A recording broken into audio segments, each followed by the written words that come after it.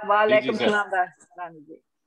हाँ जी, ਤੇ ਮੈਂ ਵਾਰਿਸ ਸ਼ਾਹ ਬਾਰੇ ਗੱਲ ਕਰ ਰਿਹਾ ਸਾਂ ਕਿ ਜ਼ਬਾਨ ਦੇ ਪੱਖ ਤੋਂ ਤੇ ਆਪਣਾ ਫਲਸਫੇ ਦੇ ਪੱਖ ਤੋਂ, ਵਿਚਾਰਧਾਰਾ ਦੇ ਪੱਖ ਤੋਂ ਵਾਰਿਸ ਸ਼ਾਹ ਜਿਹੜਾ ਹੈ ਉਹ ਸਿੰਥੇਸਿਸ ਕਰਦਾ ਹੈ ਆਪਣੇ ਤੋਂ ਪਹਿਲੇ ਵੱਡੇ ਸ਼ਾਇਰਾਂ ਦਾ, ਜਿਨ੍ਹਾਂ 'ਚ ਬਾਬਾ ਗੁਰੂ ਨਾਨਕ ਜੀ, ਸ਼ਾਹ ਹੁਸੈਨ, ਬੁੱਲੇ ਸ਼ਾਹ, ਸੁਲਤਾਨ ਬਾਹੂ, ਇਹ ਸਾਰੇ ਮੌਜੂਦ ਨੇ ਉਹਦੇ ਵਿੱਚ। ਔਰ ਇਹ ਤਾਂ ਮੈਂ ਕਈ ਵਾਰੀ ਲਿਖਿਆ ਵੀ ਹੈ ਕਿ ਕੋਈ ਵੱਡਾ ਸ਼ਾਇਰ, ਕੋਈ ਵੀ ਵੱਡਾ ਸ਼ਾਇਰ ਹੋਵੇ, ਭਾਵੇਂ ਉਰਦੂ ਦਾ ਮਿਰਜ਼ਾ ਗਾਲਿਬ ਹੋਵੇ ਤੇ ਜਰਮਨ ਦਾ ਜਿਹੜਾ ਉਹ ਹੋਵੇ, ਉਹ ਕੀ ਨਾਂ ਉਹਦਾ, ਤੇ ਇਹਨਾਂ ਸਾਰਿਆਂ ਦੇ ਵਿੱਚ ਜਿਹੜੀ ਬੁਨਿਆਦੀ ਖੂਬੀ ਹੁੰਦੀ ਹੈ ਕਿ ਇਹ ਫਲਸਫੇ ਦੀ ਕਟਿੰਗ ਐਜ ਤੇ ਹੁੰਦੇ ਨੇ, ਨੰਬਰ 1। ਔਰ ਨੰਬਰ 2, ਇਹਨਾਂ ਦੀ ਜ਼ੁਬਾਨ ਜਿਹੜੀ ਹੈ ਬੜੀ ਕੰਪਰੈਂਸਿਵ ਹੁੰਦੀ ਹੈ। ਵਾਰਿਸ ਸ਼ਾਹ ਜਿਹੜਾ ਹੈ ਉਹ ਮਸਲਨ ਜਿਹੜਾ ਦੂਜਾ ਵੱਡਾ ਸ਼ਾਇਰ ਜਿਹਨੇ ਹੀਰ ਲਿਖੀ ਹੈ ਉਹ ਦਮੋਦਰ ਦਾਸ ਹੈ, ਲੇਕਿਨ ਦਮੋਦਰ ਦਾਸ ਵਿੱਚ ਉਹ ਵਿਚਾਰਧਾਰਾ ਦੀ ਡੂੰਘਾਈ ਨਹੀਂ ਹੈ, ਗਹਿਰਾਈ ਨਹੀਂ ਹੈ ਜਿਹੜੀ ਵਾਰਿਸ ਸ਼ਾਹ ਦੇ ਵਿੱਚ ਹੈ। ਉਹ ਮੈਂ ਉੱਤੇ ਇੱਕ ਮਜ਼ਮੂਨ ਲਿਖਿਆ ਹੈ, ਉਹ ਮੈਂ ਤੁਹਾਨੂੰ ਕਦੀ ਸੁਣਾਵਾਂਗਾ ਸੰਗਤ ਦੇ ਵਿੱਚ। ਅੱਛਾ, ਇੱਕ ਤੇ ਇਹ ਗੱਲ ਹੋ ਗਈ, ਤੇ ਦੋ ਗੱਲਾਂ ਹੋ ਗਈਆਂ। ਤੇ ਬਾਕੀ ਮੇਰਾ ਖਿਆਲ ਹੈ ਕਿ ਵਾਰਿਸ ਸ਼ਾਹ ਦੀ ਜ਼ਿੰਦਗੀ ਦੇ ਬਾਰੇ 'ਚ ਬਹੁਤ ਘੱਟ ਮਾਲੂਮ ਹੈ ਲੋਕਾਂ ਨੂੰ, ਕਿਸੇ ਨੂੰ ਨਹੀਂ ਮਾਲੂਮ। ਬਸ ਇਹ ਮਾਲੂਮ ਹੈ ਕਿ ਉਹ ਜੰਡਿਆਲਾ ਸ਼ੇਰ ਖਾਂ, ਜਿਹੜਾ ਕਿ ਸ਼ੇਖੂਪੁਰ ਜ਼ਿਲ੍ਹੇ ਦਾ ਦੇ ਵਿੱਚ ਵਾਕਿਆ ਹੈ, ਉਹਦੇ ਵਿੱਚ ਉਹ ਪੈਦਾ ਹੋਇਆ ਸੀ। ਤੇ ਘੁੰਮਦਾ ਘੁਮਾਉਂਦਾ ਉਹ ਬਾਬਾ ਫਰੀਦ ਦੇ ਮਜ਼ਾਰ, ਦਰਗਾਹ ਪਾਕਪਤਨ ਪਹੁੰਚਿਆ ਤੇ ਉੱਥੇ ਉਹਨੇ 1 ਸਾਲ ਚਿੱਲਾ ਕੀਤਾ। ਤੇ ਉਸ ਤੋਂ ਬਾਅਦ ਉਹ ਆ ਕੇ ਮਲਕਾ ਹਾਂਸ, ਹਿੰਦੂ ਰਾਜਪੂਤਾਂ ਦਾ ਪਿੰਡ ਸੀ, ਕਸਬਾ ਸੀ ਬਲਕਿ, ਤੇ ਮਲਕੇ ਹਾਂਸ ਦੀ ਇੱਕ ਮਸਜਿਦ ਦੇ ਵਿੱਚ ਬੈਠ ਕੇ ਤੇ ਉਹਨੇ ਸਾਰੀ ਹੀਰ ਲਿਖੀ। ਇਹ ਉੱਥੇ ਇੱਕ ਮਿੰਟ, ਇਹ ਐਗਜ਼ੈਕਟਲੀ ਚਿੱਲਾ ਕੀ ਹੁੰਦਾ ਹੈ? ਵਾਟ ਇਜ਼ ਚਿੱਲਾ ਕੀ ਹੁੰਦਾ ਹੈ? ਚਿੱਲਾ ਇਹ ਹੁੰਦਾ ਹੈ ਕਿ ਕਈ ਲੋਕ 40 ਦਿਨ ਲਈ ਕਰਦੇ ਨੇ, ਕਈ ਲੋਕ ਸਾਲ ਲਈ ਕਰਦੇ ਨੇ। ਉਹ ਦੁਨੀਆਦਾਰੀ ਛੱਡ ਕੇ ਬਿਲਕੁਲ ਕੋਨੇ 'ਚ ਬੈਠ ਜਾਂਦੇ ਨੇ ਤੇ ਉਹਦੇ ਵਿੱਚ ਖਾਸ ਤਰ੍ਹਾਂ ਦੇ ਮੰਤਰ ਜਾਂ ਦੁਆਵਾਂ ਪੜ੍ਹਦੇ ਨੇ। ਤੇ ਇਹ ਮਜ਼ਾਰਾਂ ਤੇ ਹੀ ਹੁੰਦਾ? ਨਹੀਂ, ਮਜ਼ਾਰਾਂ ਤੇ ਨਹੀਂ ਹੁੰਦਾ। ਲੋਕ ਤੁਸੀਂ ਆਪਣੇ ਘਰ ਬਹਿ ਕੇ ਵੀ ਚਿੱਲਾ ਕਰ ਸਕਦੇ। ਅੱਛਾ ਜੀ। ਲੇਕਿਨ ਪ੍ਰੈਫਰ ਜਿਹੜੀ ਆਪਣੀ ਆਪਣੀ ਪ੍ਰੈਫਰੈਂਸ ਹੈ ਨਾ, ਤੇ ਵਾਰਿਸ ਸ਼ਾਹ ਦੀ ਪ੍ਰੈਫਰੈਂਸ ਇਹ ਸੀ ਕਿ ਉਹ ਬਾਬਾ ਫਰੀਦ ਦੇ ਮਜ਼ਾਰ ਦੇ ਉੱਤੇ ਕਰਨ। ਦੂਜੇ ਮਹੀਨਿਆਂ 'ਚ ਉਹ 1 ਸਾਲ ਉਹਨਾਂ ਨੇ ਬਾਬਾ ਫਰੀਦ ਨਾਲ ਗੁਜ਼ਾਰਿਆ, ਔਰ ਉਹਦੀ ਜਿਹੜੀ ਝਲਕ ਹੈ ਉਹ ਮਿਲਦੀ ਵੀ ਹੈ ਵਾਰਿਸ ਸ਼ਾਹ ਦੀ ਪੋਇਟਰੀ ਦੇ ਵਿੱਚ। ਖਾਸ ਤੌਰ ਤੇ ਜਿਹੜੇ ਮੁੱਲਾਂ ਨਾਲ ਡਾਇਲਾਗ ਆਉਣਗੇ ਉਹਨਾਂ ਵਿੱਚ ਤੇ ਬਿਲਕੁਲ ਉਹ ਜਿਹੜੀ ਬਾਬਾ ਫਰੀਦ ਨਾਲ ਮੁੱਲਾਵਾਂ ਨੇ ਕੀਤੀ ਸੀਗੀ ਪਾਕਪਤਨ 'ਚ, ਉਹ ਉਹਨੂੰ ਸਾਹਮਣੇ, ਉਹਦੇ ਮੇਰੇ ਖਿਆਲ ਉਹ ਵੀ ਉਹਦੇ ਸਾਹਮਣੇ ਸੀ, ਕਿਉਂਕਿ ਬਾਬਾ ਫਰੀਦ ਨੂੰ ਮੁਲਾਣਿਆਂ ਨੇ ਬਹੁਤ ਤੰਗ ਕੀਤਾ ਸੀ। ਇੱਕ ਉਹਨਾਂ ਦਾ ਪੁੱਤਰ ਵੀ ਸ਼ਹੀਦ ਕਰਤਾ ਸੀ। ਅੱਛਾ, ਐਨੀਵੇਜ਼, ਇਸ ਤੋਂ ਵੱਧ ਕੋਈ ਪਤਾ ਨਹੀਂ ਹੈ ਲੱਗਦਾ ਵਾਰਿਸ ਸ਼ਾਹ ਦਾ ਕਿ ਉਹਦੀ ਘਰ-ਬਾਰ ਕੀ ਸੀ, ਸ਼ਾਦੀ ਸੀ ਨਹੀਂ ਸੀ। ਜਿਹੜਾ ਲੱਗਦਾ ਕਿ ਨਹੀਂ ਸੀ ਹੈਗੀ, ਤੇ ਹੋਰ ਕੁਝ ਨਹੀਂ ਪਤਾ ਲੱਗਦਾ। ਔਰ ਮੈਂ ਚੂੰਕਿ ਇੱਕ ਕਿਤਾਬ ਲਿਖਣ ਲਈ ਮੈਂ 4-5 ਜ਼ਮਾਨਾ ਦੇ ਵੱਡੇ ਸ਼ਾਇਰਾਂ ਨੂੰ ਕੰਪੇਅਰ ਕੀਤਾ ਸੀ, ਤੇ ਉਹਦੇ ਵਿੱਚ ਮੈਂ ਇਹ ਨਤੀਜਾ ਕੱਢਿਆ ਸੀ ਕਿ ਸ਼ਾਇਰ ਜਿਹੜੇ ਵੱਡੇ ਸ਼ਾਇਰ ਹੁੰਦੇ ਨੇ, ਯਾਨੀ ਜਿਹੜੇ ਮਹਾ ਸ਼ਾਇਰ ਹੁੰਦੇ ਨੇ, ਉਹਨਾਂ ਦੀ ਜ਼ਾਤੀ ਜ਼ਿੰਦਗੀ ਦੇ ਵਿੱਚੋਂ ਉਹਨਾਂ ਦੀ ਜਿਹੜੀ ਕ੍ਰੀਏਟਿਵਿਟੀ ਹੈ ਉਹਨੂੰ ਨਹੀਂ ਲੱਭਿਆ ਜਾ ਸਕਦਾ। ਮਤਲਬ ਮੁਖਤਲਿਫ ਤਰ੍ਹਾਂ ਦੇ ਵੱਡੇ ਸ਼ਾਇਰ ਜਿਹੜੇ ਨੇ, ਉਹ ਮੁਖਤਲਿਫ ਤਰ੍ਹਾਂ ਦੇ ਪੇਸ਼ੇ ਉਹਨਾਂ ਨੇ ਕੀਤੇ, ਮੁਖਤਲਿਫ ਤਰ੍ਹਾਂ ਦੀ ਰਹਿਤ ਬਹਿਤ ਉਹਨਾਂ ਨੇ ਕੀਤੀ, ਬਿਲਕੁਲ ਤੇ ਬਿਲਕੁਲ ਇੱਕ ਦੂਜੇ ਦਾ ਉਲਟੀ ਕੀਤੀ। ਤੇ ਆਪਣਾ, ਲੇਕਿਨ ਯਾਨੀ ਉਹਨਾਂ ਦੀ ਉਹਨਾਂ ਦੀ ਜ਼ਿੰਦਗੀ 'ਚ ਕੋਈ ਕਾਮਨੈਲਿਟੀ ਅਸੀਂ ਤਲਾਸ਼ ਨਹੀਂ ਕਰ ਸਕਦੇ ਉਹਨਾਂ ਦੀ ਗ੍ਰੇਟਨੈਸ ਦੇ ਹਵਾਲੇ ਨਾਲ। ਹਾਂ ਬਿਲਕੁਲ ਬਿਲਕੁਲ, ਮਤਲਬ ਇਹ ਹੈ ਕਿ ਮਸਲਨ ਦੇਖੋ ਤੁਸੀਂ ਗਾਲਿਬ ਨੂੰ ਦੇਖ ਲਓ, ਗਾਲਿਬ ਤੇ ਨਵਾਬੀ ਜ਼ਿੰਦਗੀ ਗੁਜ਼ਾਰਦਾ ਸੀ ਬਕਾਇਦਾ, ਤੇ ਵਾਰਿਸ ਸ਼ਾਹ ਮਸਜਿਦ 'ਚ ਸੌਂਦਾ ਸੀ, ਤੇ ਇਸ ਵਾਸਤੇ ਉਹ ਵੀ ਬਹੁਤ ਵੱਡਾ ਸ਼ਾਇਰ ਹੈ। ਜੇ ਹੁਣ ਕਹੀਏ ਕਿ ਮਸਜਿਦ 'ਚ ਸੌਣਾ ਸ਼ਾਇਰੀ ਦੀ ਵਜ੍ਹਾ ਤੇ ਫਿਰ ਬੰਦਾ ਕਹੇਗਾ ਕਿ ਅੱਛਾ ਜੀ ਉਹ ਫਿਰ ਜਿਹੜੇ ਨਵਾਬੀ ਨਾਲ ਜ਼ਿੰਦਗੀ ਗੁਜ਼ਾਰ ਰਿਹਾ ਸੀ ਉਹ ਕਿਵੇਂ ਵੱਡਾ ਸ਼ਾਇਰ ਬਣ ਗਿਆ। ਤੇ ਮੈਂ ਇਸ ਚੀਜ਼ ਪਹੁੰਚਿਆ ਕਿ ਜਿਹੜੀ ਜ਼ਾਤੀ ਜ਼ਿੰਦਗੀਆਂ ਹੁੰਦੀਆਂ ਨੇ ਨਾ, ਉਹਨਾਂ ਦਾ ਕ੍ਰੀਏਟੀਵਿਟੀ ਔਰ ਜੀਨੀਅਸ ਹੋਣ ਨਾਲ ਕੋਈ ਖਾਸ ਤਾਲੁਕ ਨਹੀਂ ਹੁੰਦਾ। ਉਹ ਇਹ ਰੈਂਡਮ ਅਮਲ ਹੈ, ਮਤਲਬ ਇਹ ਰੈਂਡਮਲੀ ਹੁੰਦਾ ਹੈ। ਅਗਰ ਤੁਸੀਂ ਨਿਊਟਨ ਦੀ ਜ਼ਿੰਦਗੀ, ਜ਼ਾਤੀ ਜ਼ਿੰਦਗੀ ਦੇਖੋ ਜਾਂ ਆਇਨਸਟਾਈਨ ਦੀ ਦੇਖੋ, ਤੇ ਉਹਨਾਂ ਵਿੱਚੋਂ ਤੁਹਾਨੂੰ ਉਹਨਾਂ ਦੀ ਜ਼ਿੰਦਗੀਆਂ ਕੋਈ ਮੁਖਤਲਿਫ ਨਹੀਂ ਹੈਗੀਆਂ ਸਨ ਬਾਕੀ ਲੋਕਾਂ ਕੋਲ। ਬਾਕੀ ਲੋਕਾਂ ਦੀ ਜ਼ਿੰਦਗੀ ਉਵੇਂ ਸਨ ਜਿਵੇਂ ਉਹਨਾਂ ਦੀਆਂ। ਤੇ ਇਸ ਲਈ ਮੇਰਾ ਖਿਆਲ ਹੈ ਕਿ ਇੱਕ ਤਰੀਕੇ ਨਾਲ ਅਗਰ ਤੁਹਾਨੂੰ ਕਿਸੇ ਵੱਡੇ ਅਜ਼ੀਮ ਸ਼ਾਇਰ ਦੀ ਜ਼ਾਤੀ ਜ਼ਿੰਦਗੀ ਦਾ ਨਾ ਪਤਾ ਹੋਵੇ ਤੇ ਉਹ ਜ਼ਿਆਦਾ ਅੱਛਾ ਹੈ, ਮਗਰ ਨਾ ਤੁਸੀਂ ਗਲਤ ਸਲਤ ਜੋੜਦੇ ਹੋ ਉਹਦੀ ਸ਼ਾਇਰੀ ਨੂੰ ਉਹਦੀ ਜ਼ਿੰਦਗੀ ਦੇ ਨਾਲ, ਜਿਵੇਂ ਗਾਲਿਬ ਨਾਲ ਕੀਤਾ ਜਾਂਦਾ ਹੈ, ਜਿੱਦਾਂ ਸ਼ਿਵ ਕੁਮਾਰ ਨਾਲ ਕੀਤਾ ਜਾਂਦਾ, ਜਿੱਦਾਂ ਹੁਣ ਸ਼ਿਵ ਕੁਮਾਰ ਨਾਲ ਕੀਤਾ ਜਾਂਦਾ। ਬਿਲਕੁਲ ਬਿਲਕੁਲ, ਬੈਸਟ ਐਗਜ਼ਾਮਪਲ। ਹਾਂ ਬੈਸਟ ਐਗਜ਼ਾਮਪਲ ਸ਼ਿਵ ਕੁਮਾਰ ਬਟਾਲਵੀ ਦੀ ਹੈ ਕਿ ਉਹਨੂੰ ਬਤੌਰ ਉਹਦੀਆਂ ਜ਼ਾਤੀ ਪੀੜਾਂ ਦੇ ਹਵਾਲੇ ਨਾਲ ਪੜ੍ਹਿਆ ਜਾਂਦਾ, ਤੇ ਉਹਦੀ ਸ਼ਾਇਰੀ ਦਾ ਜਿਹੜਾ ਯੂਨੀਵਰਸਲ ਆਸਪੈਕਟ ਆ ਉਹਨੂੰ ਲੋਕ ਭੁਲਾ ਦਿੰਦੇ ਨੇ। ਅੱਛਾ ਜੀ, ਇਹ ਮੇਰੇ ਖਿਆਲ ਇੰਨੀਆਂ ਗੱਲਾਂ ਵਾਰਿਸ ਸ਼ਾਹ ਤੇ ਬਹੁਤ ਨੇ। ਤੇ ਹੁਣ ਅਸੀਂ ਜਿਹੜੀ ਹੈ ਉਹ ਟੈਕਸਟ, ਉਹਦੀ ਜਿਹੜੀ ਹੈ ਚੋਣਵੀਂ ਟੈਕਸਟ ਯਾਨੀ ਸਿਲੈਕਟਡ ਟੈਕਸਟ ਜਿਹੜੀ ਹੈ ਉਹ ਅਸੀਂ ਅੱਜ ਪਹਿਲਾ ਹਿੱਸਾ ਸ਼ੁਰੂ ਕਰਾਂਗੇ। ਜਦੋਂ ਇਹ ਮੈਂ ਕੋਈ 1.5-2 ਸਾਲ ਪਹਿਲੇ ਕੀਤਾ ਸੀ ਤਾਂ 3 ਹਿੱਸਿਆਂ ਵਿੱਚ ਹੋਇਆ ਸੀ, 3 ਕਲਾਸਾਂ ਲੱਗੀਆਂ ਸਨ ਵਾਰਿਸ ਸ਼ਾਹ ਨੂੰ ਪੜ੍ਹਨ 'ਚ। ਇਸ ਵਾਰੀ ਦੇਖੋ ਕਿੰਨੀਆਂ ਕਲਾਸਾਂ ਵਿੱਚ ਹੁੰਦਾ ਹੈ, ਤੇ ਉਹਦੇ ਹਿਸਾਬ ਨਾਲ ਹੀ ਕਰਾਂਗੇ ਅਸੀਂ। ਨਾ ਅਸੀਂ ਕਾਹਲੀ ਕਰਨੀ ਹੈ ਤੇ ਨਾ ਅਸੀਂ ਢਿੱਲ ਕਰਨੀ ਹੈ, ਅਸੀਂ ਜਿਸ ਟੈਂਪੋ ਤੋਂ ਚੱਲ ਰਹੀ ਹੈ ਉਸ ਟੈਂਪੋ ਤੋਂ ਚਲਾਵਾਂਗੇ। ਅੱਛਾ, ਵਾਰਿਸ ਸ਼ਾਹ ਜਿਹੜਾ ਹੈ ਉਹਦੀ ਜਿਹੜੀ ਹੀਰ ਹੈ, ਜਿਹੜੀ ਲਿਖੀ ਗਈ ਹੀਰ ਹੈ, ਉਹ ਬਾਕੀ ਵੱਡਿਆਂ ਸ਼ਾਇਰਾਂ ਦੇ ਤੋਂ ਵੱਖਰੀ ਇੱਕ ਖਾਸ ਢੰਗ ਨਾਲ ਸ਼ੁਰੂ ਹੁੰਦੀ ਹੈ। ਮਿਸਾਲ ਦੇ ਤੌਰ ਦੇ ਉੱਤੇ ਇਹ ਤੁਸੀਂ ਨੋਟ ਕਰ ਲਓ ਜਿਹੜੇ ਮੁਸਲਮਾਨ ਨਹੀਂ ਹੈ, ਕਿ ਉਹ ਪਹਿਲੇ ਹਮਦ ਲਿਖਦਾ ਹੈ। ਹਮਦ ਦਾ ਮਤਲਬ ਹੁੰਦਾ ਹੈ ਖੁਦਾ ਦੀ ਤਾਰੀਫ। ਦੂਜੀ ਉਹ ਫਿਰ ਨਾਤ ਲਿਖਦਾ ਹੈ। ਨਾਤ ਦਾ ਮਤਲਬ ਹੁੰਦਾ ਹੈ ਰਸੂਲੁल्लाह ਪ੍ਰੋਫਟ ਮੁਹੰਮਦ ਦੀ ਤਾਰੀਫ ਵਿੱਚ ਲਿਖਣਾ।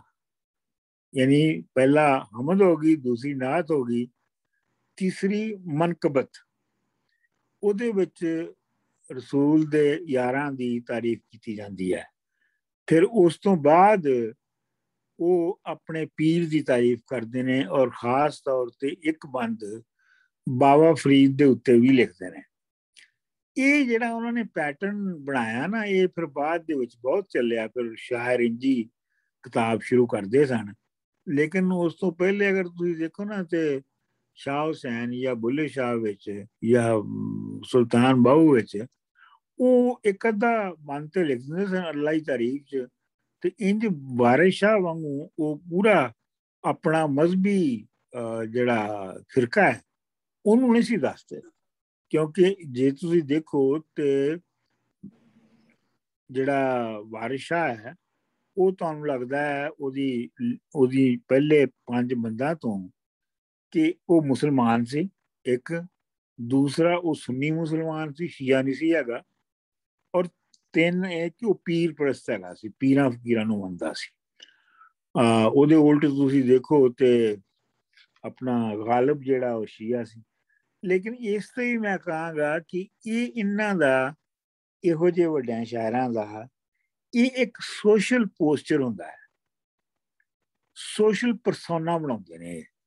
ਲੇਕਿਨ ਜਦੋਂ ਇਹਨਾਂ ਦੀ ਤੁਸੀਂ ਲਿਖਤ ਨੂੰ ਪੜ੍ਹੋ, ਗਾਲਬ ਦੀ ਜਾਂ ਵਾਰਿਸ ਸ਼ਾਹ ਦੀ ਜਾਂ ਆਪਣਾ ਸ਼ੈਕਸਪੀਅਰ ਦੀ, ਤੇ ਉਹ ਜਿਹੜੀ ਲਿਖਤ ਹੈ ਉਹ ਉਹਨਾਂ ਦੇ ਸਟੇਟਡ ਪੰਥ ਦੇ ਨਾਲ ਜੁੜੀ ਹੋਈ ਨਹੀਂ ਹੁੰਦੀ। ਮਤਲਬ ਹੁਣ ਜਿਹੜੀ ਵਾਰਿਸ ਸ਼ਾਹ ਨੂੰ ਅਗਰ ਤੁਸੀਂ ਪਹਿਲੇ ਪੰਜ ਬਣੋ ਤਾਂ ਤੁਹਾਨੂੰ ਲੱਗੇਗਾ ਕਿ ਬਹੁਤ ਸਖਤ ਕਿਸਮ ਦਾ ਸੁੰਨੀ ਮੁਸਲਮਾਨ ਹੈ, ਔਰ ਇਹਦੇ ਵਿੱਚ ਸਾਰੇ ਉਹ ਬਾਇਸਸ ਹੋਣਗੇ ਜਿਹੜੇ ਸੁੰਨੀ ਮੁਸਲਮਾਨਾਂ ਦੇ ਹੁੰਦੇ ਨੇ। ਮੇਰਾ ਖਿਆਲ ਹੈ ਮਾਸਸ ਨੂੰ ਅਟਰੈਕਟ ਕਰਨ ਵਾਸਤੇ, ਮਾਸਸ ਦੇ ਨਾਲ ਮਿਲਣ ਵਾਸਤੇ, ਉਹ ਮੇਰਾ ਖਿਆਲ ਹੈ ਸ਼ੁਰੂ ਇਹ ਬੜੀ ਜ਼ਰੂਰੀ ਸ਼ਾਇਦ ਹੁੰਦਾ ਹੋਏਗਾ ਉਸ ਵੇਲੇ।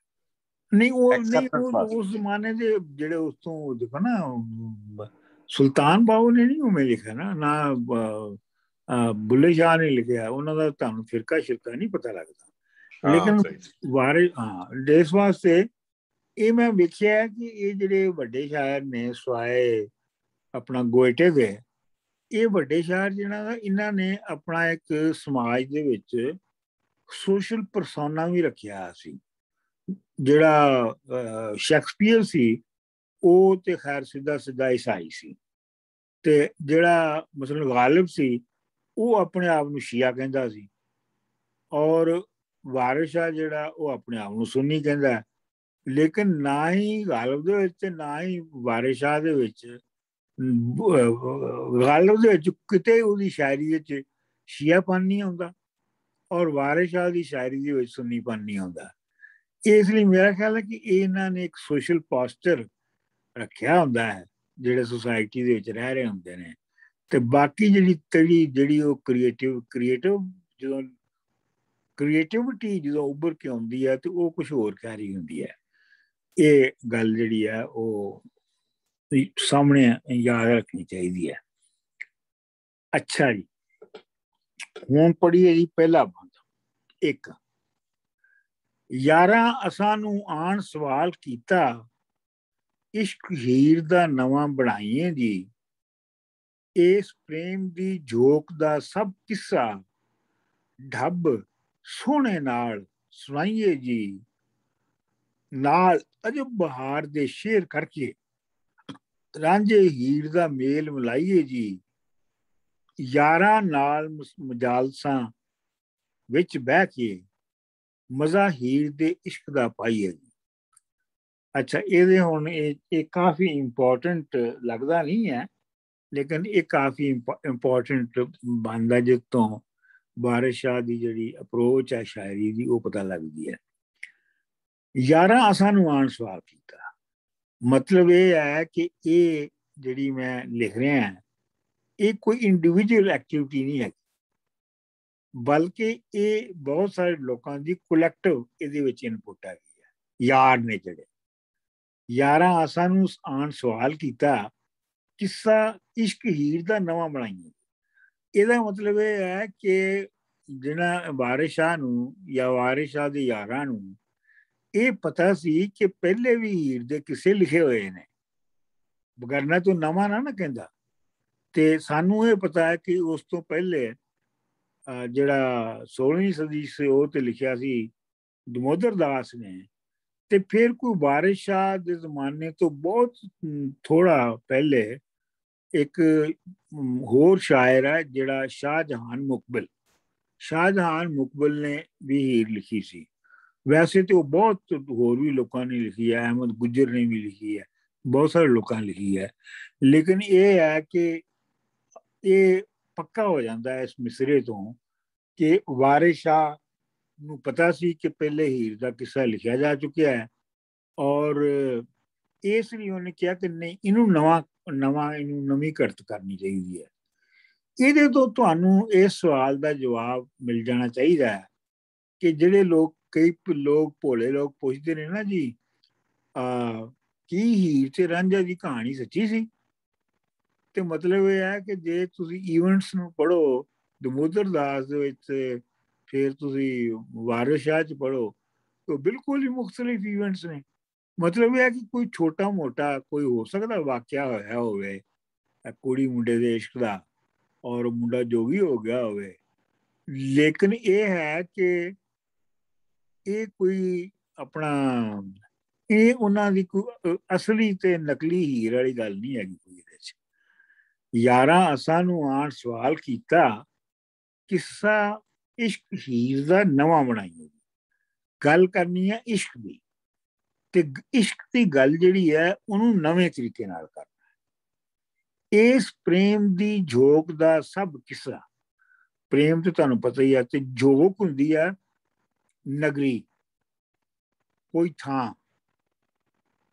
ਇਸ ਪ੍ਰੇਮ ਦੀ ਯਾਨੀ ਇਸ ਮੁਹੱਬਤ ਦੀ ਨਗਰੀ ਦਾ ਸਾਰਾ ਕਿੱਸਾ ਜਿਹੜਾ ਹੈ ਢੱਬ ਸੋਹਣੇ ਨਾਲ ਸੁਣਾਈਏ। ਢੱਬ ਦਾ ਮਤਲਬ ਹੈ ਤਰੀਕੇ ਨਾਲ, ਸੋਹਣੇ ਤਰੀਕੇ ਨਾਲ ਸੁਣਨਾ ਚਾਹੀਦਾ। ਯਾਨੀ ਇਹਦਾ ਮਤਲਬ ਇਹ ਹੈ ਕਿ ਨਾ ਸਿਰਫ ਕਿਸੇ ਦੇ ਜਿਹੜੀ ਈਵੈਂਟਸ ਔਰ ਉਹਨਾਂ ਦੀ ਫਿਲਾਸਫੀ ਹੋਵੇ, ਬਲਕਿ ਜਿਹੜੀ ਸ਼ਾਇਰੀ ਦਾ ਅੰਦਾਜ਼ ਹੈ, ਜਿਹੜੀ ਸ਼ਾਇਰਾਨਾ ਤਕਨੀਕ ਹੈ, ਉਹ ਵੀ ਪੂਰੀ ਇਸਤੇਮਾਲ ਹੋਣੀ ਚਾਹੀਦੀ ਹੈ। ਉਹ ਵੀ ਉਹਦੀ ਵੀ ਚੰਗੀ ਸਾਰ ਹੋਣੀ ਚਾਹੀਦੀ ਹੈ। ਨਾਲ ਅਜਬ ਬਹਾਰ ਦੇ ਸ਼ੇਰ ਕਰਕੇ, ਤੇ ਜਿਹੜੀ ਹੈ ਅਜਬ ਬਹਾਰ, ਅਜਬ ਬਹਾਰ ਦਾ ਮਤਲਬ ਹੈ ਕਿ ਇਹ ਯੂਨੀਕ ਸਪ੍ਰਿੰਗ। ਮਤਲਬ ਇਹ ਹੈ ਕਿ ਇਹ ਜਿਹੜੀ ਅਜਬ ਬਹਾਰ ਹੈ, ਇਹਦਾ ਮਤਲਬ ਹੈ ਕਿ ਦਿਲ ਦੇ ਅੰਦਰ ਐਸੀ ਬਹਾਰ ਆਵੇ ਕਿ ਉਹਦੇ ਵਿੱਚ ਫਿਰ ਸ਼ੇਰ ਲਿਖੇ ਜਾਣ। ਰਾਂਝੇ ਹੀਰ ਦਾ ਮੇਲ ਮਿਲਾਈਏ, ਤੇ ਅਸੀਂ ਫਿਰ ਉਹ ਅਜਬ ਬਹਾਰ ਦੇ ਸ਼ੇਰਾਂ ਦੇ ਰਾਹੀਂ ਰਾਂਝੇ ਤੇ ਹੀਰ ਨੂੰ ਇੱਕ ਦੂਜੇ ਨਾਲ ਮਿਲਾਈਏ। ਇੱਥੇ ਵੀ ਤੁਸੀਂ ਦੇਖ ਲਓ ਕਿ ਉਹ ਵਾਰਿਸ ਸ਼ਾਹ ਜਿਹੜਾ ਹੈ ਉਹ ਇਹੋ ਹੀ ਕਹਿ ਰਿਹਾ ਕਿ ਇਹ ਇੱਕ ਕੰਸਟਰਕਟਡ ਕਿੱਸਾ ਹੈ, ਇਹ ਕੋਈ ਅਸਲੀ ਹੱਡ ਵਰਤੀ ਜਾਂ ਇਸ ਤਰ੍ਹਾਂ ਦੀ ਕੋਈ ਗੱਲ ਨਹੀਂ ਹੈ। ਇਹ ਇੱਕ ਕੰਸਟਰਕਟਡ ਨਵੇਂ ਪੈਟਰਨ ਤੇ ਲਿਖਿਆ ਗਿਆ ਕਿੱਸਾ ਹੈ। 12 ਯਾਰਾਂ ਨਾਲ ਮਜਾਲਸਾਂ ਵਿੱਚ ਬਹਿ ਕੇ ਮਜ਼ਾ ਹੀਰ ਦੇ ਇਸ਼ਕ ਦਾ ਪਾਈਏ। ਤੇ ਮਜਲਿਸਾਂ ਦੇ ਵਿੱਚ ਬਹਿ ਕੇ, ਗੈਦਰਿੰਗ ਦੇ ਵਿੱਚ ਦੋਸਤਾਂ ਦੇ ਨਾਲ ਬਹਿ ਕੇ ਤੇ ਹੀਰ ਰਾਂਝੇ ਦੇ ਇਸ਼ਕ ਦਾ ਮਜ਼ਾ ਪਾਈਏ। ਇਹਦਾ ਮਤਲਬ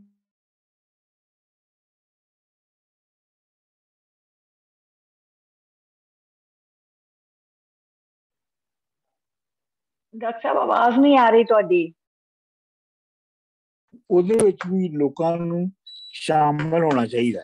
ਮਤਲਬ ਇਹ ਪੂਰੀ ਸੁਸਾਇਟੀ ਉਹ ਇਸ ਕਿੱਸੇ ਦੇ ਵਿੱਚ ਸ਼ਾਮਲ ਹੈ।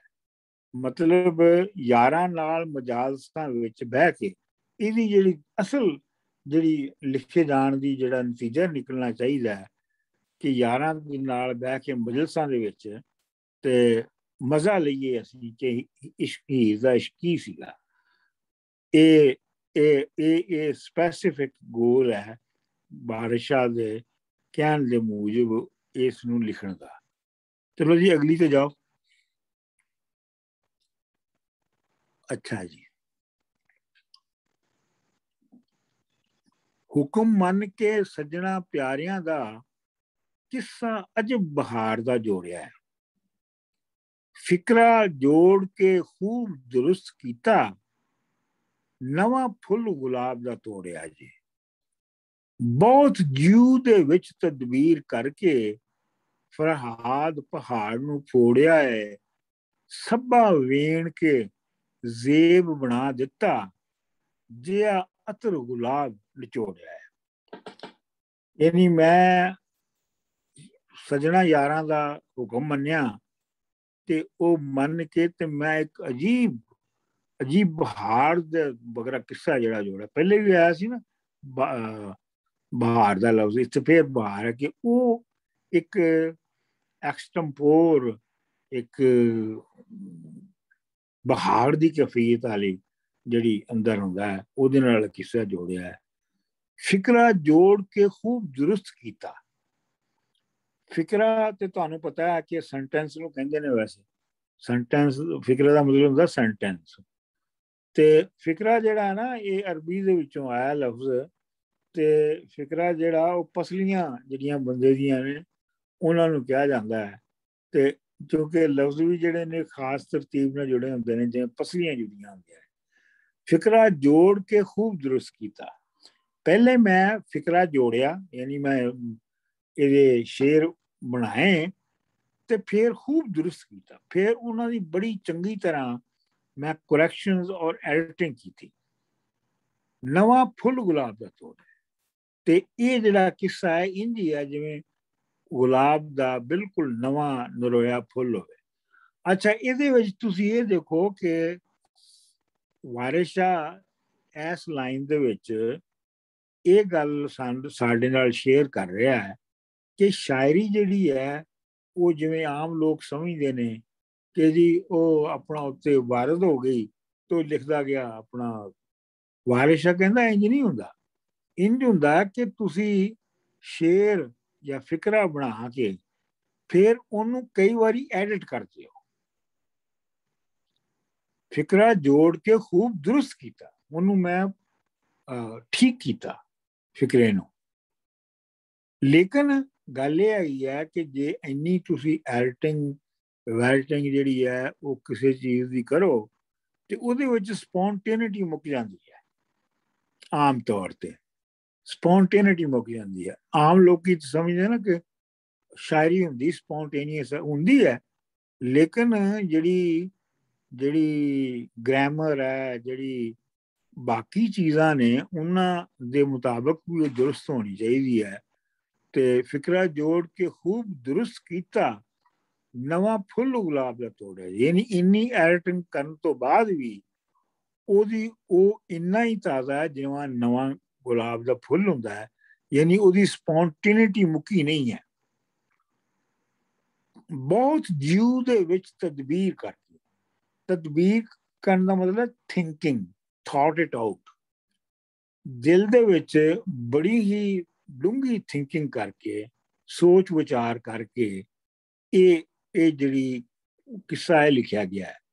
ਮਤਲਬ ਅਗੇਨ ਕਿ ਪਹਿਲੇ ਆਪਣਾ ਦੂਜੇ ਮਿਸਰੇ ਦੇ ਵਿੱਚ ਜਿਹੜਾ ਉਹਦੀ ਜ਼ੁਬਾਨ ਕਿਵੇਂ ਠੀਕ ਹੋਈ, ਕਿਵੇਂ ਫਿਰ ਵੀ ਉਹ ਸਪੌਂਟੇਨੀਅਸ ਰਹੀ।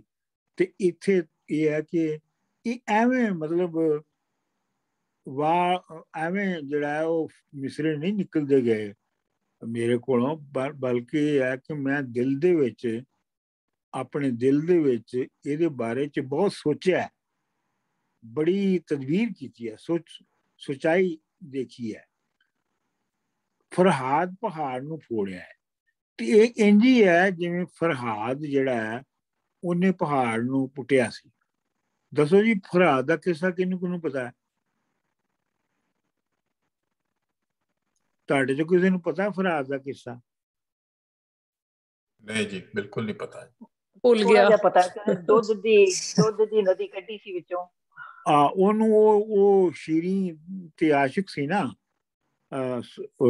ਆਪਣਾ ਈਰਾਨ ਦੀ ਰਾਣੀ ਸੀਗੀ, ਉੱਤੇ ਆਸ਼ਿਕ ਸੀਗਾ, ਤੇ ਉਹਨੂੰ ਜਿਹੜਾ ਹੈ ਉਹ ਸਿੱਧਾ ਨਾ ਨਹੀਂ ਕਿਸੇ ਵਜ੍ਹਾ ਤੋਂ ਕਰ ਸਕਦੇ ਸਨ। ਤੇ ਉਹਨਾਂ ਨੇ ਕਿਹਾ ਕਿ ਤੂੰ ਜਿਹੜਾ ਹੈ ਉਹ ਪਹਾੜ ਚੋਂ ਨਹਿਰ ਕੱਢ ਕੇ ਲਿਆ ਤੇ ਫਿਰ ਤੂੰ ਸ਼ੀਰੀ ਨੂੰ ਮਿਲ ਸਕਣਾ ਹੈ। ਤੇ ਉਹਨੇ ਪਹਾੜ ਤੋਂ ਨਹਿਰ ਕੱਢੀ ਔਰ ਕੱਢ ਕੇ ਉਹਨੇ ਲੈ ਆਂਦੀ, ਤੇ ਜਦੋਂ ਪੂਰੀ ਹੋ ਗਈ ਨਹਿਰ ਤੇ ਫਿਰ ਉਹਨਾਂ ਦਾ ਦਿਲ ਬੇਈਮਾਨ ਹੋ ਗਿਆ। ਉਹਨਾਂ ਨੇ ਕਿਹਾ ਕਿ ਜੀ ਸ਼ੀਰੀ ਤਾਂ ਮਰ ਗਈ ਹੈ। ਤੇ ਫਰਹਾਦ ਜਿਹੜਾ ਉਹਨੇ ਵੀ ਆਪਣੇ ਸਿਰ ਤੇ ਤੇਸ਼ਾ ਮਾਰਿਆ ਤੇ ਫਰਹਾਦ ਵੀ ਮਰ ਗਿਆ। ਮਤਲਬ ਇੱਥੇ ਇਹ ਵੀ ਕਿਹਾ ਜਾ ਰਿਹਾ ਕਿ ਜਿਹੜਾ ਫਰਹਾਦ ਹੈ ਉਹਨੂੰ ਵੀ ਤੁਸੀਂ ਇਹ ਸਮਝਦੇ ਹੋ ਕਿ ਉਹਨੇ ਕੋਈ ਸਪੌਂਟੇਨਿਟੀ ਦੇ ਵਿੱਚ ਨਹਿਰ ਕੱਢ ਲਈ ਸੀ। ਇੰਜ ਨਹੀਂ ਹੈ, ਬਲਕਿ ਉਹਨੇ ਵੀ ਪਹਿਲੇ ਬਹੁਤ ਇੰਜੀਨੀਅਰਿੰਗ ਦੀ ਸੋਚ ਵਿਚਾਰ ਕੀਤੀ ਹੋਏਗੀ ਤੇ ਫਿਰ ਪਹਾੜ ਨਿਕਲਿਆ ਹੋਏਗਾ। ਤੇ ਆਪਣੇ ਬਾਰੇ ਵਿੱਚ ਵੀ ਇਹ ਹੈ ਕਿ ਬੜੀ ਡੂੰਘੀ ਵਿਚਾਰਧਾਰਾ ਦੇ ਨਾਲ ਮੈਂ ਕਿੱਸਾ ਲਿਖਿਆ। ਸੱਬਾ ਵੇਣ ਕੇ ਜ਼ੇਬ ਬਣਾ ਦਿੱਤਾ। ਵੇਣ ਕੇ ਮਤਲਬ ਪਰੋ ਕੇ, ਜਿਵੇਂ ਹਾਰ ਪਰੋਇਆ ਜਾਂਦਾ ਹੈ। ਮੈਂ ਇਹ ਸਾਰਾ ਕੁਛ, ਯਾਨੀ ਉੱਤੇ ਜਿੰਨੀਆਂ ਗੱਲਾਂ ਹੋਈਆਂ ਨੇ, ਇਹਨਾਂ ਸਾਰੀਆਂ ਗੱਲਾਂ ਨੂੰ ਮੈਂ ਇੱਕ ਥਾਂ ਪਰੋ ਕੇ ਜ਼ੇਬ ਦਾ ਮਤਲਬ ਹੈ ਖੂਬਸੂਰਤ, ਪ੍ਰਿਟੀ, ਉਹਨਾਂ ਨੂੰ ਮੈਂ ਖੂਬਸੂਰਤ ਬਣਾਤਾ, ਜਿਹਾ ਅਤਗਰਾਬ ਜੋੜਿਆ। ਇਹ ਇੰਦੀ ਹੈ ਜਿਵੇਂ ਤੁਸੀਂ ਗੁਲਾਬ ਦਾ ਅਤਰ ਖੜਦੇ ਆ। ਤੁਹਾਨੂੰ ਪਤਾ ਨਹੀਂ ਕਿ ਗੁਲਾਬ ਦਾ ਅਤਰ ਜਿਹੜਾ ਹੈ ਉਹ ਵੀ ਬੜੇ ਮਤਲਬ ਤਰੀਕੇ ਦੇ ਨਾਲ ਬਣਦਾ ਹੈ, ਤੇ ਉਹਦਾ ਉਹ ਸੱਤ ਕੱਢਿਆ ਜਾਂਦਾ ਹੈ ਗੁਲਾਬ ਦਾ। ਇਸੇ ਤਰੀਕੇ ਨਾਲ ਉਹ ਕਹਿ ਰਹੇ ਨੇ ਕਿ ਮੈਂ ਇਹ ਜਿਹੜਾ ਸਾਰਾ ਇਹਨੂੰ ਇੰਜ ਪਰੋਇਆ ਸਾਰੀਆਂ ਗੱਲਾਂ ਨੂੰ ਇੱਕ ਦੂਜੇ ਦੇ ਨਾਲ, ਕਿ ਇਹ ਜਿਵੇਂ ਅਤਰ ਗੁਲਾਬ ਹੁੰਦਾ ਹੈ ਉਂਝ ਹੋ ਗਿਆ। ਚਲੋ ਜੀ ਅੱਗੇ। ਡਾਕਟਰ ਸਾਹਿਬ ਇੱਕ ਦੱਸੋ ਇੱਥੇ ਕਿ ਇਸ ਜਗ੍ਹਾ ਤੇ ਜਿਹੜੀ ਆਮਦ ਦਾ ਕਨਸੈਪਟ ਹੈ ਉਹਨੂੰ ਕੁਝ ਅੰਡਰਮਾਈਨ ਕਰ ਰਹੇ ਨੇ? ਹਾਂ ਬਿਲਕੁਲ, ਜਿਹਨੂੰ ਆਮਦ ਕਹਿੰਦੇ ਨੇ ਨਾ ਲੋਕੀ ਪਿਓਰ, ਉਹਨੂੰ ਉਹ ਨਹੀਂ ਮੰਨ ਰਿਹਾ।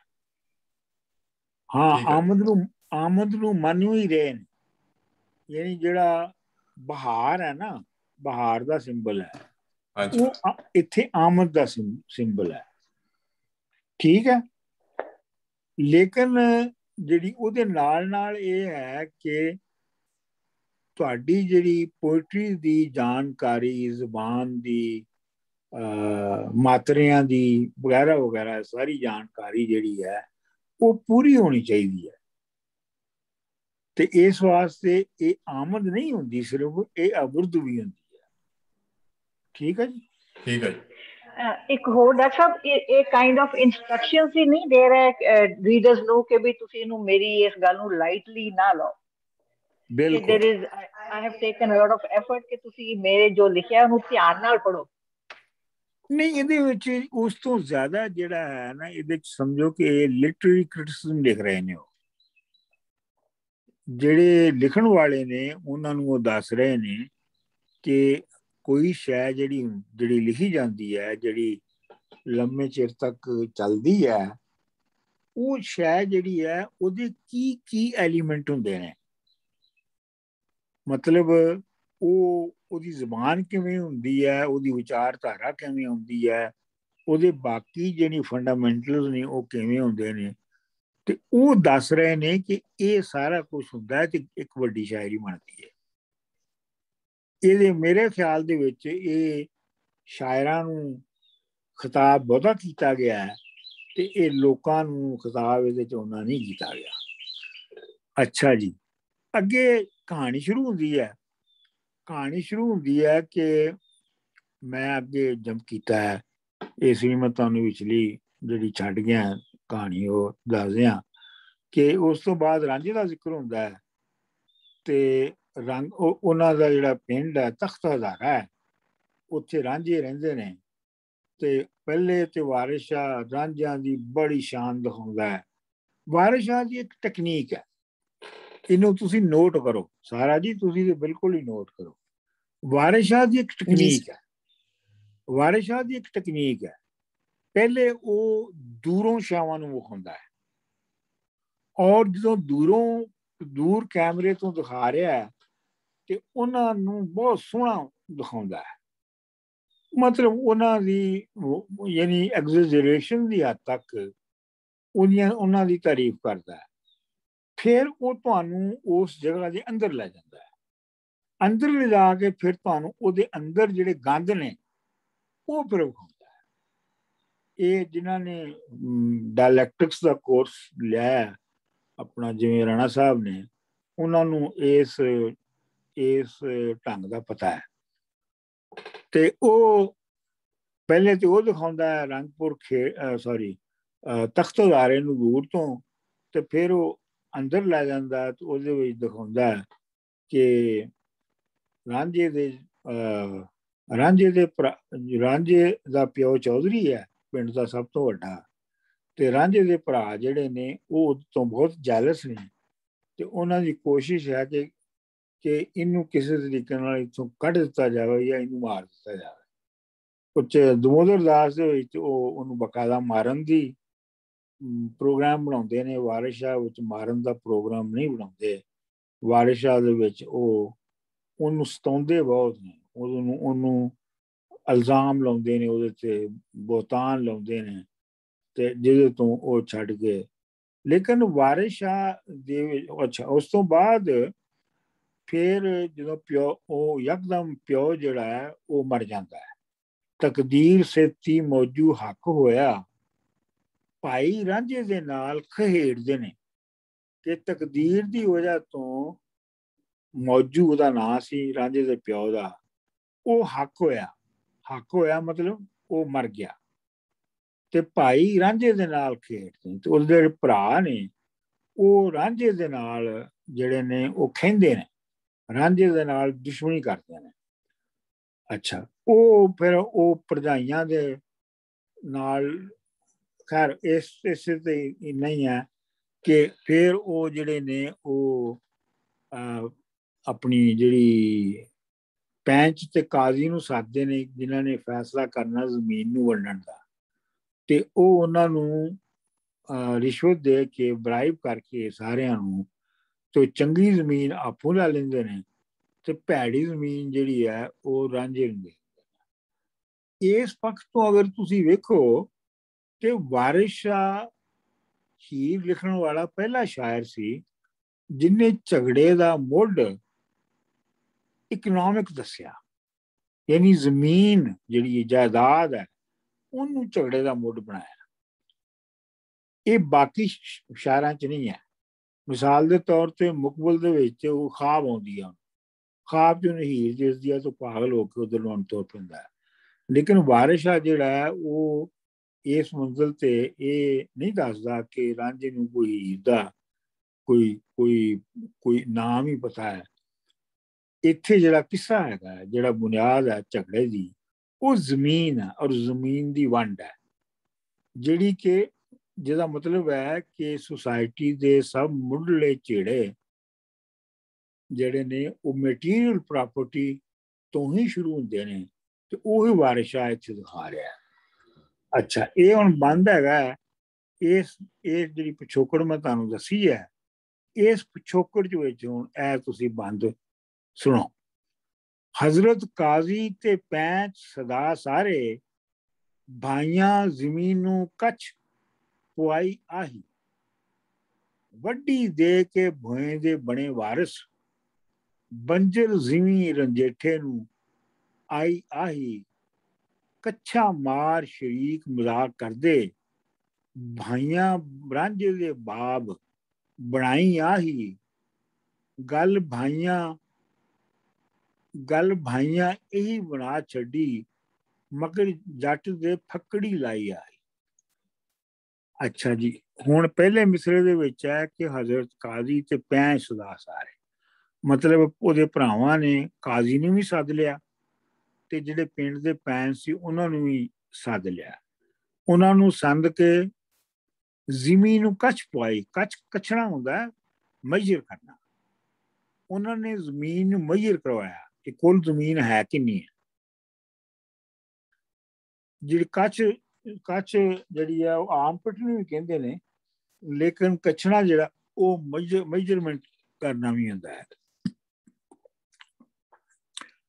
ਵੱਡੀ ਦੇ ਕੇ ਭੋਏ ਦੇ ਬਣੇ ਵਾਰਸ, ਵੱਡੀ ਦਾ ਮਤਲਬ ਹੈ ਰਿਸ਼ਵਤ, ਬਰਾਇਬਰੀ।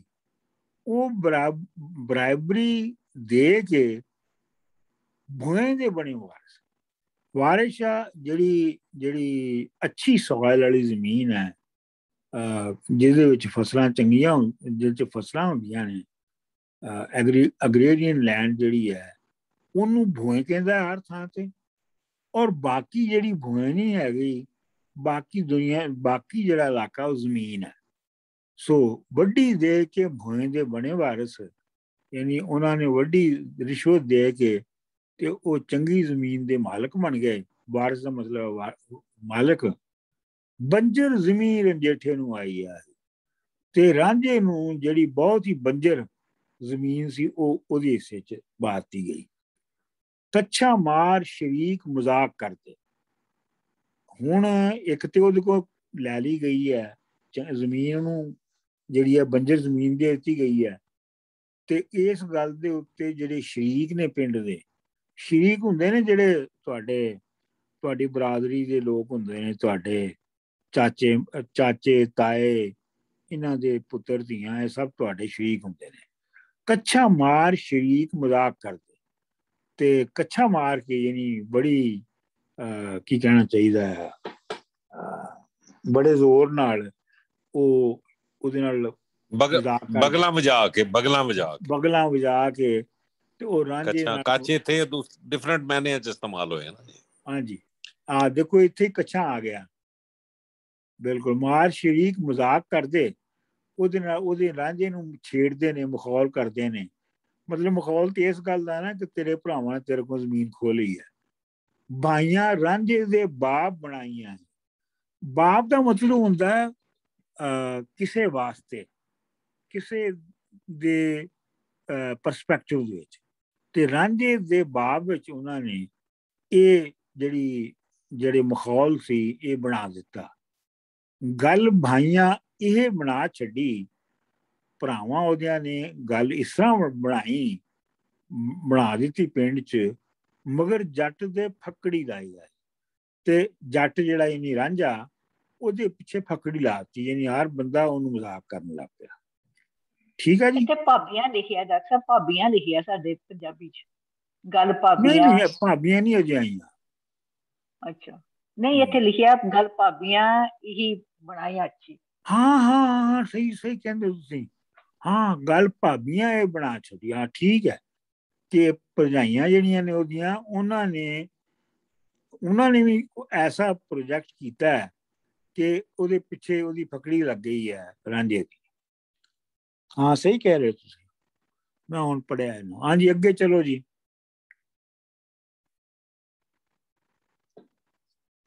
ਇਹ ਹੁਣ ਭਰਜਾਈਆਂ ਦਾ ਤੇ ਰਾਂਝੇ ਦਾ ਡਾਇਲਾਗ ਹੈ। ਇਹ ਡਾਇਲਾਗ ਤੇ ਕਾਫੀ ਲੰਮਾ ਹੈ, ਲੇਕਿਨ ਮੈਂ ਉਹਨੂੰ ਸਮੇਟਣ ਦੀ ਕੋਸ਼ਿਸ਼ ਕੀਤੀ ਹੈ ਥੋੜਿਆਂ ਬੰਦਾਂ 'ਚ। ਕਰੇ ਆਕੜਾਂ ਖਾਏ ਕੇ ਦੁੱਧ ਚਾਵਲ, ਇਹ ਰੱਜ ਕੇ ਖਾਣ ਦੀਆਂ ਮਸਤੀਆਂ ਨੇ।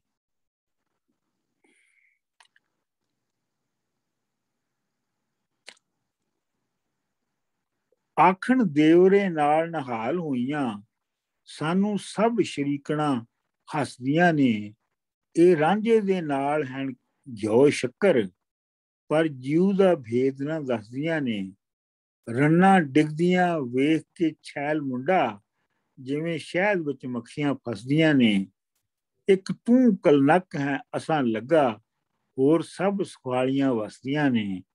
ਘਰੋਂ ਨਿਕਲੇ ਤੇ ਪਿਆ ਮਰੇ ਭੁੱਖਾ, ਵਾਰਸ ਭੁੱਲ ਜਾਵੇਂ ਖਰਮਸਤੀਆਂ ਨੇ। ਅੱਛਾ ਜਿਹੜੀਆਂ ਮੈਂ ਹੁਣ ਤੁਹਾਨੂੰ ਜਨਰਲੀ ਦੱਸ ਦਿੰਦਾ ਕਿ ਜਿਹੜੀਆਂ ਭਰਜਾਈਆਂ ਨੇ ਉਹਦੀਆਂ, ਉਹਨਾਂ ਨੂੰ ਉਹਦੇ ਤੇ ਇਹ ਇਲਜ਼ਾਮ ਲਾਉਂਦੀਆਂ ਨੇ ਕਿ ਤੂੰ ਕੰਮਕਾਰ ਕੋਈ ਕਰਦਾ ਨਹੀਂ ਹੈ, ਵਿਚ ਹੀ ਡਜ਼ਨਟ, ਤੇ ਇੱਕ ਵੰਜਲੀ ਵਜਾਉਣਾ ਹੈ, ਬਾਂਸਰੀ ਵਜਾ ਛੱਡਣਾ ਹੈ। ਤੇ ਇਸ ਵਜ੍ਹਾ ਤੋਂ ਹਰ ਕੁੜੀ ਜਿਹੜੀ ਹੈ ਉਹ ਤੇਰੇ ਪਿੱਛੇ ਲੱਗ ਜਾਂਦੀ ਹੈ ਔਰ ਤੇਰੇ ਇਸ਼ਕ ਦੇ ਵਿੱਚ ਮਸਤਾਨੀ ਹੋਈ ਫਿਰਦੀ ਹੈ। ਮਤਲਬ ਤੇਰਾ ਕਰੈਕਟਰ ਵੀ ਲੂਜ਼ ਹੈ ਤੇ ਤੂੰ ਕੁਛ ਹੋਰ ਕਰਨ ਜੋਗਾ ਵੀ ਨਹੀਂ ਹੈਗਾ, ਤੂੰ ਰੋਟੀ ਕਮਾਉਣ ਜੋਗਾ ਵੀ ਨਹੀਂ ਹੈਗਾ। ਉਹ ਹੁੰਦਾ ਇਹ ਹੈ ਕਿ ਜਦੋਂ ਉਹ ਆਪਣਾ ਪਹਿਲੇ ਦਿਨ ਰਾਂਝਾ ਜਿਹੜਾ ਆਪਣੀ ਬੰਜਰ ਜ਼ਮੀਨ ਤੇ ਹਲ ਵਾਹੁਣ ਜਾਂਦਾ ਹੈ ਤੇ ਉਹਦੇ ਹੱਥਾਂ ਪੈਰਾਂ ਤੇ ਛਾਲੇ ਪੈ ਜਾਂਦੇ ਨੇ। ਤੇ ਉਹ ਜਦੋਂ ਭਰਜਾਈ ਉਹਦੇ ਲਈ ਰੋਟੀ ਲੈ ਕੇ ਆਉਂਦੀ ਹੈ ਉਹਦੀ ਜ਼ਮੀਨ ਦੇ ਉੱਤੇ, ਤੇ ਉਹ ਭਰਜਾਈ ਨੂੰ ਬੜੇ ਆਪਣੇ ਦੁਖੜੇ ਦੱਸਦਾ ਤੇ ਭਰਜਾਈ ਉਹਨੂੰ ਉਲਟਾ ਕਹਿੰਦੀ, ਉਹ ਕਹਿੰਦੀ ਹੈ ਹੁਣ ਤੂੰ ਜਿੰਨੀ ਤੂੰ ਮਸਤੀ ਕਰਨੀ ਸੀ ਕਰ ਲਈ, ਹੁਣ ਤੂੰ ਕਰਕੇ ਦਿਖਾ ਨਾ। ਤੇ ਇਹ ਜਨਰਲੀ ਡਾਇਲਾਗ ਹੈ। ਕਰੇ ਆਕੜਾਂ ਖਾ ਕੇ ਦੁੱਧ ਚਾਵਲ, ਤੂੰ ਦੁੱਧ ਚਾਵਲ ਖਾਣਾ ਤੇ ਉਸ ਤੋਂ ਬਾਅਦ ਇਸ ਵਾਸਤੇ ਤੂੰ ਆਕੜਨਾ ਵੀ।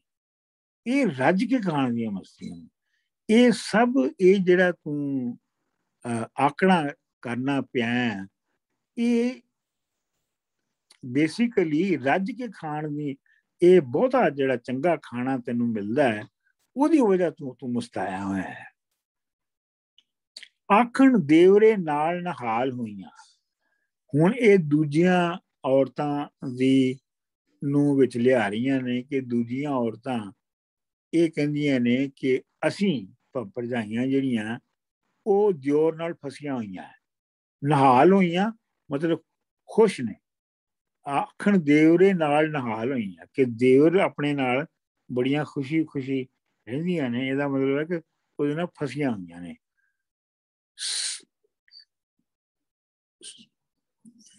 ਸਾਨੂੰ ਸਭ ਸ਼ਰੀਕਣੀਆਂ ਹੱਸਦੀਆਂ ਨੇ। ਤੇ ਸਭ ਸ਼ਰੀਕੀਆਂ ਜਿਹੜੀਆਂ ਨੇ ਉਹ ਸਾਡਾ ਠੱਠਾ ਲਾਉਂਦੀਆਂ ਨੇ। ਇਹ ਰਾਂਝੇ ਦੇ ਨਾਲ ਹਨ ਘਿਓ ਚੱਕਰ। ਮਤਲਬ ਉਹ ਕਹਿੰਦੀਆਂ ਇਹ ਨੇ ਦੂਜੀਆਂ ਜ਼ਨਾਨੀਆਂ ਕਿ ਇਹ ਜਿਹੜੀਆਂ ਭਰਜਾਈਆਂ ਨੇ ਇਹ ਵਿੱਚੋਂ ਰਾਂਝੇ ਦੇ ਨਾਲ ਇੰਜੀ ਮਿਲੀਆਂ ਹੋਈਆਂ ਨੇ ਜਿਵੇਂ ਘਿਓ 'ਚ ਸ਼ੱਕਰ ਮਿਲ ਜਾਂਦਾ। ਆਮ ਤੌਰ ਤੇ ਪੁਰਾਣੇ ਵੇਲਿਆਂ 'ਚ ਘਿਓ ਤੇ ਸ਼ੱਕਰ ਪਾ ਕੇ ਬੜੀ ਉਹਨੂੰ ਨਿਯਮਤ ਸਮਝਿਆ ਜਾਂਦਾ ਸੀ।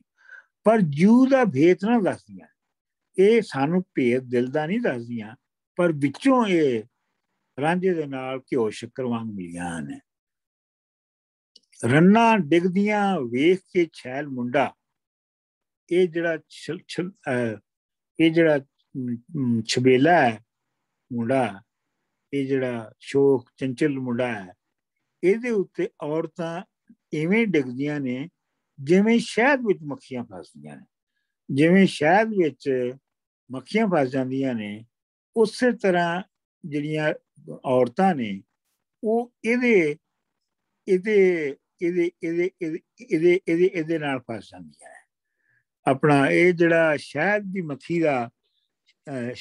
ਮੱਖੀ ਤੇ ਮਿਸਰੀ ਦੀ ਮੱਖੀ, ਇਹ ਗਾਲਬ ਨੇ ਆਪਣੀ ਜਿਹੜਾ ਉਹਦੇ ਖਤੂਤ ਨੇ ਉਹਨਾਂ ਵਿੱਚ ਲਿਖੇ, ਉਹਨਾਂ ਵਿੱਚ ਉਹ ਕਹਿੰਦਾ ਹੈ ਬਹੁਤ ਥਾਵਾਂ ਤੇ ਕਿ ਮੈਨੂੰ ਤੇ ਇਹ ਮਸ਼ਵਰਾ ਦਿੱਤਾ ਗਿਆ ਜ਼ਿੰਦਗੀ 'ਚ कि मियाँ तुम मिस्री की मक्खी बनो, शहद की मक्खी नहीं। यानी मतलब ਜਿਹੜਾ ਇਸ਼ਕ ਵਿਸ਼ ਕਰਨਾ ਹੈ ਉਹ ਬਸ ਐਵੇਂ ਕਰ, ਉਹਨੂੰ ਸੀਰੀਅਸਲੀ ਨਹੀਂ ਲੈਣਾ, ਕਿਉਂਕਿ ਮਿਸਰੀ ਦੀ ਮੱਖੀ ਤੇ ਉੱਡ ਜਾਂਦੀ ਹੈ ਮਿਸਰੀ ਦੇ ਉੱਤੋਂ। ਮਿਸਰੀ ਹੁੰਦੀ ਹੈ ਨਾ ਚਿੱਟੇ ਰੰਗ ਦੀ ਸ਼ੂਗਰ, ਉਹ ਤੋਂ ਉੱਡ ਜਾਂਦੀ ਹੈ। ਲੇਕਿਨ ਇਹ ਹੈ ਕਿ ਜਿਹੜੀ ਸ਼ਹਿਦ ਦੀ ਮੱਖੀ ਹੈ ਉਹ ਤੇ ਸ਼ਹਿਦ ਵਿੱਚ ਫਸ ਜਾਂਦੀ ਹੈ। ਤੁਸੀਂ ਜਿਹੜੇ ਗਾਲਬ ਸਾਹਿਬ ਨੇ ਉਹ ਇਹ ਕਹਿੰਦੇ ਨੇ ਕਿ मियाँ मिस्री की मक्खी बनो, शहद की मक्खी ना बनो। रन्ना डिगदियां वेख के छैल मुंडा, जिवें शहद विच मक्खियां फसदियां ने। एक तू कलनक है असां लगा, और सब सुखालियां वसदियां ने। एक तू कलनक है, अपना बदनामी दा दाग है जिहड़ा सानू लगा है, ते साडे तो वख होर ਸਾਰੀਆਂ ਜਿਹੜੀਆਂ ਨੇ ਉਹ ਬੜੇ ਸੁਖੀ ਵਸ ਰਹੀਆਂ ਨੇ। ਘਰੋਂ ਨਿਕਲੇ ਤੇ ਪਿਆ ਮਰੇ ਭੁੱਖਾ, ਇਹ ਤਾਂ ਸਾਫ਼ ਹੀ ਹੈ। ਵਾਰਸ ਭੁੱਲ ਜਾਵਣ ਖਰ ਮਸਤੀਆਂ ਨੇ, ਇਹ ਜਿਹੜੀਆਂ ਖੋਤੇ ਵਾਂਗ ਮਸਤੀਆਂ ਤੇਰੀਆਂ ਹੋਈਆਂ ਨੇ। ਖਰ ਮਸਤੀਆਂ ਦਾ ਮਤਲਬ ਹੁੰਦਾ, ਖਰ ਦਾ ਮਤਲਬ ਖੋਤਾ ਹੈ ਤੇ ਮਸਤੀਆਂ ਤੇ ਮਸਤੀਆਂ ਨੇ, ਤੇ ਖੋਤੇ ਕਰੀਆਂ ਜਿਹੜੀਆਂ ਤੇਰੀਆਂ ਮਸਤੀਆਂ ਨੇ ਇਹ ਮੁੱਕ ਜਾਣਗੀਆਂ ਜੇ ਤੂੰ ਘਰੋਂ ਨਿਕਲ ਕੇ ਭੁੱਖਾ ਮਰਿਆ। ਚਲੋ ਜੀ ਅੱਗੇ ਚਲੋ। साडा हुसन पसंद ना लियावना है, जा हीर सियाल विवाह लिया। ये मैं ਜਿਹੜਾ ਹੈ ਇਹ ਬੰਦ ਇਸ ਲਈ ਇਹ ਰੱਖਿਆ ਸੀਗਾ ਸਿਲੈਕਸ਼ਨ ਦੇ ਵਿੱਚ ਕਿ ਇਹ ਹੁਣ ਪਹਿਲੀ ਵਾਰੀ ਹੈ ਕਿ ਜਿੱਥੇ ਰਾਂਝਾ ਜਿਹੜਾ ਹੈ ਉਹ ਹੀਰ ਦਾ ਨਾਂ ਸੁਣਦਾ ਹੈ, ਔਰ ਉਹ ਵੀ ਤਾਨੇ ਦੇ ਤੌਰ ਤੇ ਸੁਣਦਾ ਹੈ। ਸਾਡਾ ਹੁਸਨ ਪਸੰਦ ਨਾ ਲਿਆਵਨਾ ਹੈ, ਬੜਾ ਖੂਬਸੂਰਤ ਬੰਦਾ ਹੈ ਵੈਸੇ। हाँ जी, साडा हुसन पसंद ना लियावना है, जा हीर सियाल विवाह लियावी। वाह वंजली प्रेम दी घत जाली, काई नड्डी सियालां दी फा लियावी। तैथे वल है रन्ना बुलावने दा, रानी कोकला महल तो ला लियावी। दे बूहियों कड्डनी मिले नहीं, राती कंध पछवाड़ियों ढा लियावी। वारिस शाह नूं नाल लजाए के थे, ਜਿਹੜਾ ਦਾ ਲੱਗੇ ਸੋਈ ਲਾ ਲਿਆ। ਤੈਨੂੰ ਉਹ ਕਹਿੰਦੀਆਂ ਨੇ ਭਜਾਈਆਂ ਤੈਨੂੰ ਸਾਡਾ ਹੁਸਨ ਪਸੰਦ ਨਹੀਂ ਹੈ ਨਾ, ਤੇ ਫਿਰ ਜਾ ਹੀਰ ਸਿਆਲ ਨੂੰ ਵਿਆਹ ਲਿਆ। ਇਹਦਾ ਮਤਲਬ ਹੈ ਕਿ ਹੀਰ ਦੀ ਤਾਰੀ ਜਿਹੜੀ ਹੁਸਨ ਦੀ ਜਿਹੜੀ ਸ਼ੋਹਰਤ ਹੈ ਉਹ ਬਹੁਤ ਦੂਰ ਦੂਰ ਤੱਕ ਹੈ, ਕਿਉਂਕਿ ਜਿਹੜਾ ਤਖਤਦਾਰ ਹੈ ਉਹ ਝੰਗ ਤੋਂ ਕਾਫੀ ਦੂਰ ਹੈ। ਤੇ ਇਹਦਾ ਮਤਲਬ ਹੈ ਕਿ ਤਖਤਦਾਰੇ ਵਿੱਚ ਹੀਰ ਦੇ ਹੁਸਨ ਦੀ ਬੜੀ ਧੁੰਮ ਹੈ। ਤੇ ਉਹ ਕਹਿੰਦੀਆਂ ਨੇ ਕਿ ਜਾ ਜੇ ਤੈਨੂੰ ਸਾਡਾ ਹੁਸਨ ਪਸੰਦ ਨਹੀਂ ਹੈ ਤੇ ਫਿਰ ਜਾ ਤੂੰ ਹੀਰ ਸਿਆਲ ਨੂੰ ਵਿਆਹ ਕੇ ਲਿਆ। ਸਿਆਲ ਉਹਦੀ ਕਾਸਟ ਹੈ ਤੇ ਹੀਰ ਉਹਦਾ ਨਾਂ ਹੈ। ਵਾਹ ਬੰਜਲੀ ਪ੍ਰੇਮ ਦੀ ਘਤ ਜਾ, ਵਾਹ ਵੰਜਲੀ ਮਤਲਬ ਬੰਸਰੀ ਵਜਾ। ਵਾਹ ਦਾ ਮਤਲਬ ਹੁੰਦਾ ਵਜਾਉਣਾ, ਕਰਨਾ। ਪ੍ਰੇਮ ਦੀ ਘੱਤ ਜਾਲੀ, ਤੇ ਪ੍ਰੇਮ ਦੀ ਜਾਲੀ ਚ ਫਸਾ ਕੇ ਉਹਨੂੰ ਕਾਈ ਨੱਢੀ ਸਿਆਲਾਂ ਦੀ ਫਾ ਲਿਆ, ਤੇ ਸਿਆਲਾਂ ਦੀ ਜਿਹੜੀ ਕੁੜੀ ਹੈ ਉਹਨੂੰ ਫਸਾ ਕੇ ਲੈ ਆਇਆ। ਇਸ ਤੋਂ ਪਤਾ ਇਹ ਵੀ ਲੱਗਦਾ ਕਿ ਨਾ ਸਿਰਫ ਹੀਰ ਦਾ ਹੁਸਨ ਮਸ਼ਹੂਰ ਸੀ ਇਲਾਕੇ 'ਚ, ਬਲਕਿ ਸਿਆਲ ਵੀ ਗਿਣੇ ਜਾਂਦੇ ਸਨ, ਕੋਈ ਵੱਡੇ ਲੋਕ ਸਨ। ਬਿਲਕੁਲ ਬਿਲਕੁਲ। ਤੈਥੇ ਵੱਲ ਹੈ ਰੰਨਾ ਬੁਲਾਵਣੇ ਦਾ। ਤੈਥੇ ਦਾ ਮਤਲਬ ਹੈ ਕਿ ਤੇਰੇ ਕੋਲ। ਵੱਲ ਦਾ ਮਤਲਬ ਹੈ ਢੰਗ, ਮੈਥਡ। ਤੈਥੇ ਵੱਲ ਹੈ ਰੰਨਾ ਬੁਲਾਵਣੇ ਦਾ, ਤੈਨੂੰ ਔਰਤਾਂ ਨੂੰ ਬੁਲਾਉਣ ਦਾ ਜਾਂ ਔਰਤਾਂ ਨੂੰ ਚੱਕਰ ਦੇਣ ਦਾ ਢੰਗ ਆਉਂਦਾ ਹੈ। ਰਾਣੀ ਕੋਕਲਾਂ ਮਹਿਲ ਤੋਂ ਲਾ ਲਿਆਵੀਂ, ਤੇ ਇਹ ਵੀ ਇੱਕ ਕਹਾਣੀ ਆ ਰਾਣੀ ਕੋਕਲਾਂ ਦੀ। ਤੇ ਉਹਨੂੰ ਮਹਲ ਤੋਂ ਲਾ ਲਿਆਵੀਂ, ਜਿਹੜੀ ਹੈ ਉਹਨੂੰ ਰਾਣੀ ਕੋਕਲਾਂ ਦੇ ਬਰਾਬਰ ਇੱਥੇ ਗਿਣਿਆ ਗਿਆ ਹੈ। ਦੇ ਬੂਹਿਓਂ ਕੱਢਣੀ ਮਿਲੇ ਨਹੀਂ, ਜੇ ਤੈਨੂੰ ਦਿਨ ਵੇਲੇ ਉਹਨੂੰ ਬੂਹੇ ਦੇ ਵਿੱਚੋਂ ਕੱਢ ਕੇ ਨਾ ਲਿਆ ਸਕੇ, ਇਹਦਾ ਮਤਲਬ ਹੈ ਕਿ ਸ਼ਾਦੀ ਕਰਵਾ ਕੇ ਲਿਆ ਸਕੇ। ਰਾਤੀ ਕੰਧ ਪਛਵਾੜੇ ਢਾ ਲਿਆ, ਤੇ ਫਿਰ ਜੇ ਸ਼ਾਦੀ ਵਿੱਚ ਬੰਨ ਕੇ ਨਾ ਲਿਆ ਸਕੇ ਤੇ ਫਿਰ ਰਾਤ ਨੂੰ ਉਹਦੀ ਕੰਧ ਢਾ ਕੇ ਤੇ ਪਛਵਾੜੇ ਚ ਉਹਨੂੰ ਲੈ ਆਵੀਂ। ਵਾਰਿਸ ਸ਼ਾਹ ਨੂੰ ਨਾਲ ਲਿਜਾਏ ਕੇ, ਇੱਥੇ ਹੁਣ ਵਾਰਿਸ ਸ਼ਾਹ ਹੁਣੀ ਆਪਣਾ ਟੁੱਚਾ ਵੀ ਲਾ ਦਿੰਦੇ ਨੇ ਕਿ ਵਾਰਿਸ ਸ਼ਾਹ ਨੂੰ ਵੀ ਨਾਲ ਲੈ ਜਾ, ਤੇ ਜਿਹੜਾ ਦਾ ਲੱਗਦਾ ਉਹ ਲਾ ਲੈ। ਅੱਛਾ ਜੀ, ਹੁਣ ਜਿਹੜਾ ਸਾਡਾ ਤਰੀਕਾ ਹੈ ਉਹ ਇਹ ਹੈ ਕਿ ਹੁਣ ਤੁਸੀਂ ਇੱਕ ਇੱਕ ਬੰਦ ਪੜੋ। ਡਾਕਟਰ ਸਾਹਿਬ ਇੱਥੇ ਇੱਕ ਗੱਲ ਦੱਸੋ ਮੈਨੂੰ ਕਿ ਜਿਹੜੀ ਅਖੀਰਲੀ ਲਾਈਨ ਹੈ ਕਿ ਵਾਰਿਸ ਸ਼ਾਹ ਨੂੰ ਨਾਲ ਲਿਜਾਏ ਕੇ, ਤੇ ਇਹ ਡਾਇਲੌਗਸ ਦੇ ਵਿੱਚ ਜਿਹੜੇ ਸ਼ਾਇਰ ਆਪਣੇ ਆਪ ਨੂੰ ਵੀ ਫਸਾ ਲੈਂਦੇ ਨੇ, ਬੜੀ ਯੂਨੀਕ ਜਿਹੀ ਚੀਜ਼ ਹੈ ਉਹਦੇ ਵਿੱਚ। ਐਂ ਲੱਗਦਾ ਕਿ ਬਿਲਕੁਲ ਨਾਲ ਹੀ ਵੀ ਬੈਠੇ ਨੇ। ਉਹ ਵਾਰਿਸ ਸ਼ਾਹ ਦੀ ਖੈਰ ਬਹੁਤ ਹੀ ਹਰ ਥਾਂ ਤੇ ਕਹਿੰਦਾ ਮੈਨੂੰ ਵੀ ਨਾਲ ਲੈ, ਮੈਂ ਵੀ ਨਾਲ ਹੀ ਆ ਤੇਰੇ। ਹਾਂਜੀ, ਲਓ ਜੀ, ਪਹਿਲਾ ਬੰਦ ਪੜੋ। ਕਿੰਨੇ ਪੜਨਾ? ਇਹ ਮੈਂ ਪੜ੍ਹ ਦਿੰਦਾ ਜੀ। ਹਾਂਜੀ ਪੜੋ।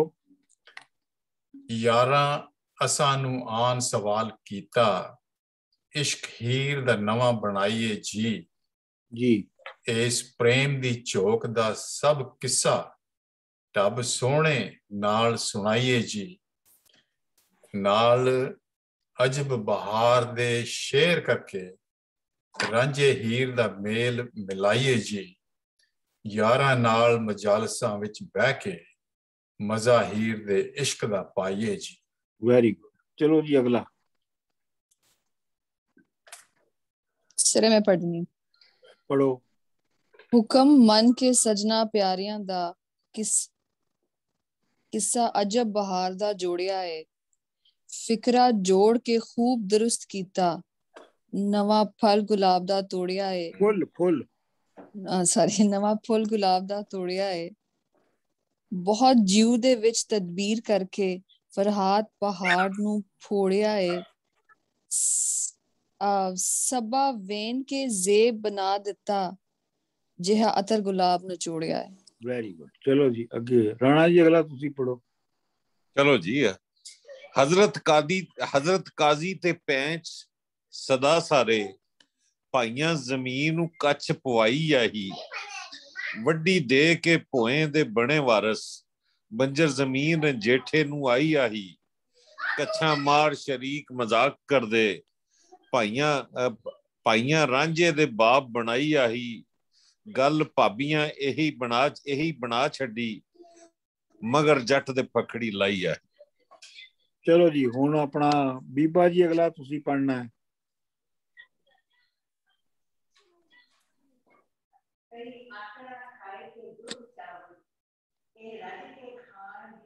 ਕੁਛ ਨਹੀਂ ਸੁਣ ਨਹੀਂ ਰਿਹਾ। ਬੀਬਾ ਜੀ ਤੁਹਾਡੀ ਆਵਾਜ਼ ਨਹੀਂ ਆ ਰਹੀ। ਹਾਂਜੀ ਆ ਗਈ ਸੌਰੀ, ਅਨਮਿਊਟ ਨਹੀਂ ਸੀ ਕੀਤਾ। ਸੌਰੀ। ਕਰੀ ਆਕੜਾ ਖਾਏ ਕੇ ਦੁੱਧ ਚਾਵਲ, ਇਹ ਰੱਜ ਕੇ ਖਾਣ ਦੀਆਂ ਮਸਤੀਆਂ ਨੇ। ਆਖਣ ਦੇਵਰੇ ਨਾਲ ਨਿਹਾਲ ਹੋਈਆਂ, ਸਾਨੂੰ ਸਭ ਸ਼ਰੀਕਣੀਆਂ ਹਸਦੀਆਂ ਨੇ। ਇਹ ਰਾਂਝੇ ਦੇ ਨਾਲ ਹਨ ਘਿਓ ਸ਼ੱਕਰ, ਪਰ ਜੀਵ ਦਾ ਭੈਣ ਭੇਦ ਨਾ ਦੱਸਦੀਆਂ ਨੇ।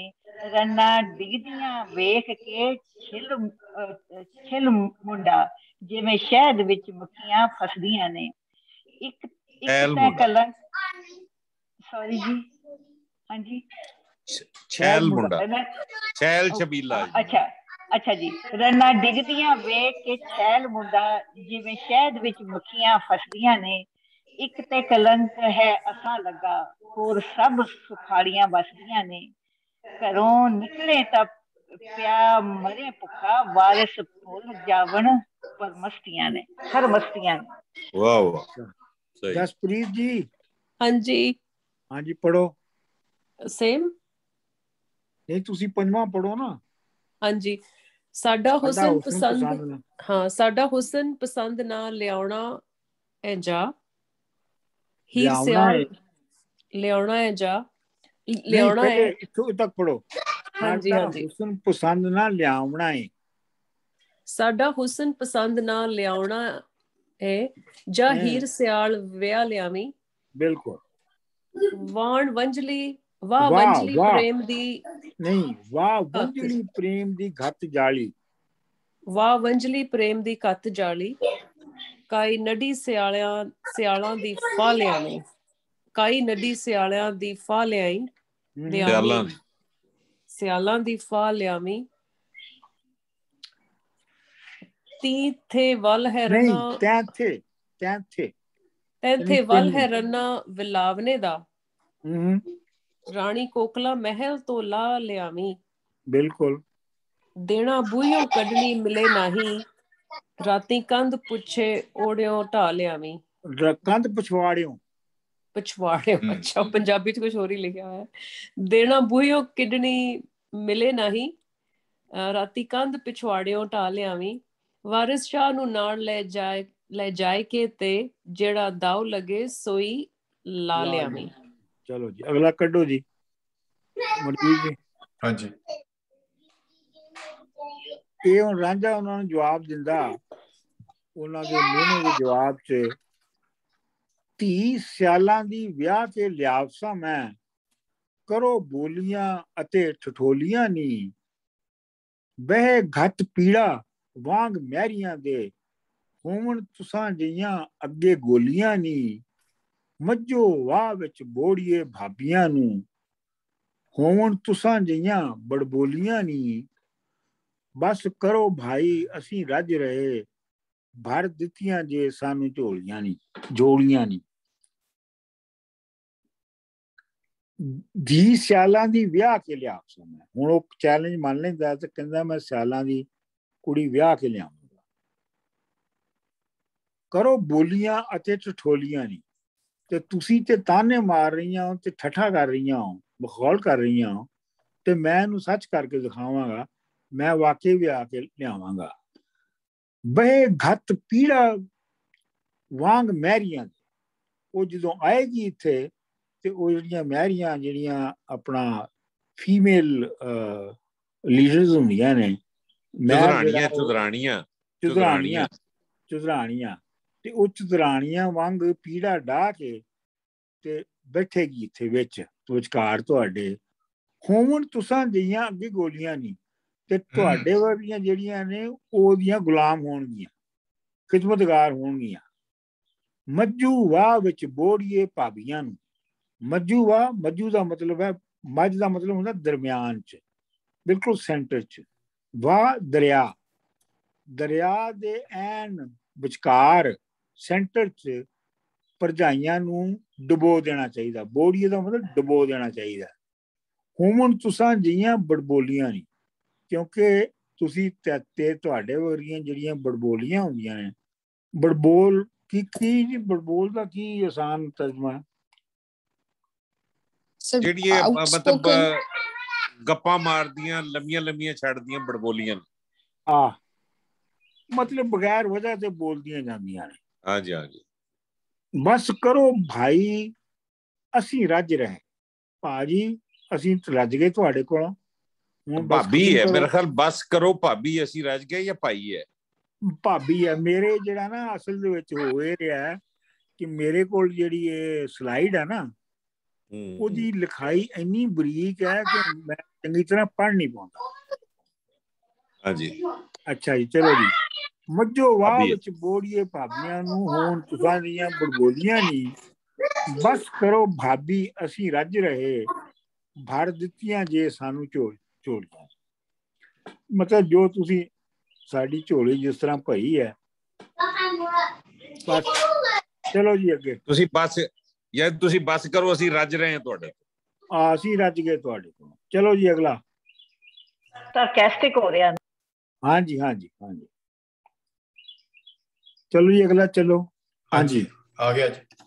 ਅੱਛਾ ਜੀ, ਫਿਰ ਇਹ ਹੁੰਦਾ ਹੈ ਜਿਹੜੇ ਅਗਲੇ ਡਾਇਲਾਗ ਆਉਂਦੇ ਨੇ ਕਈ, ਉਹ ਇਹ ਹੈ ਕਿ ਉਹ ਉੱਥੋਂ ਛੱਡ ਕੇ ਤੇ ਤੁਰ ਪੈਂਦਾ ਹੈ। ਉੱਥੋਂ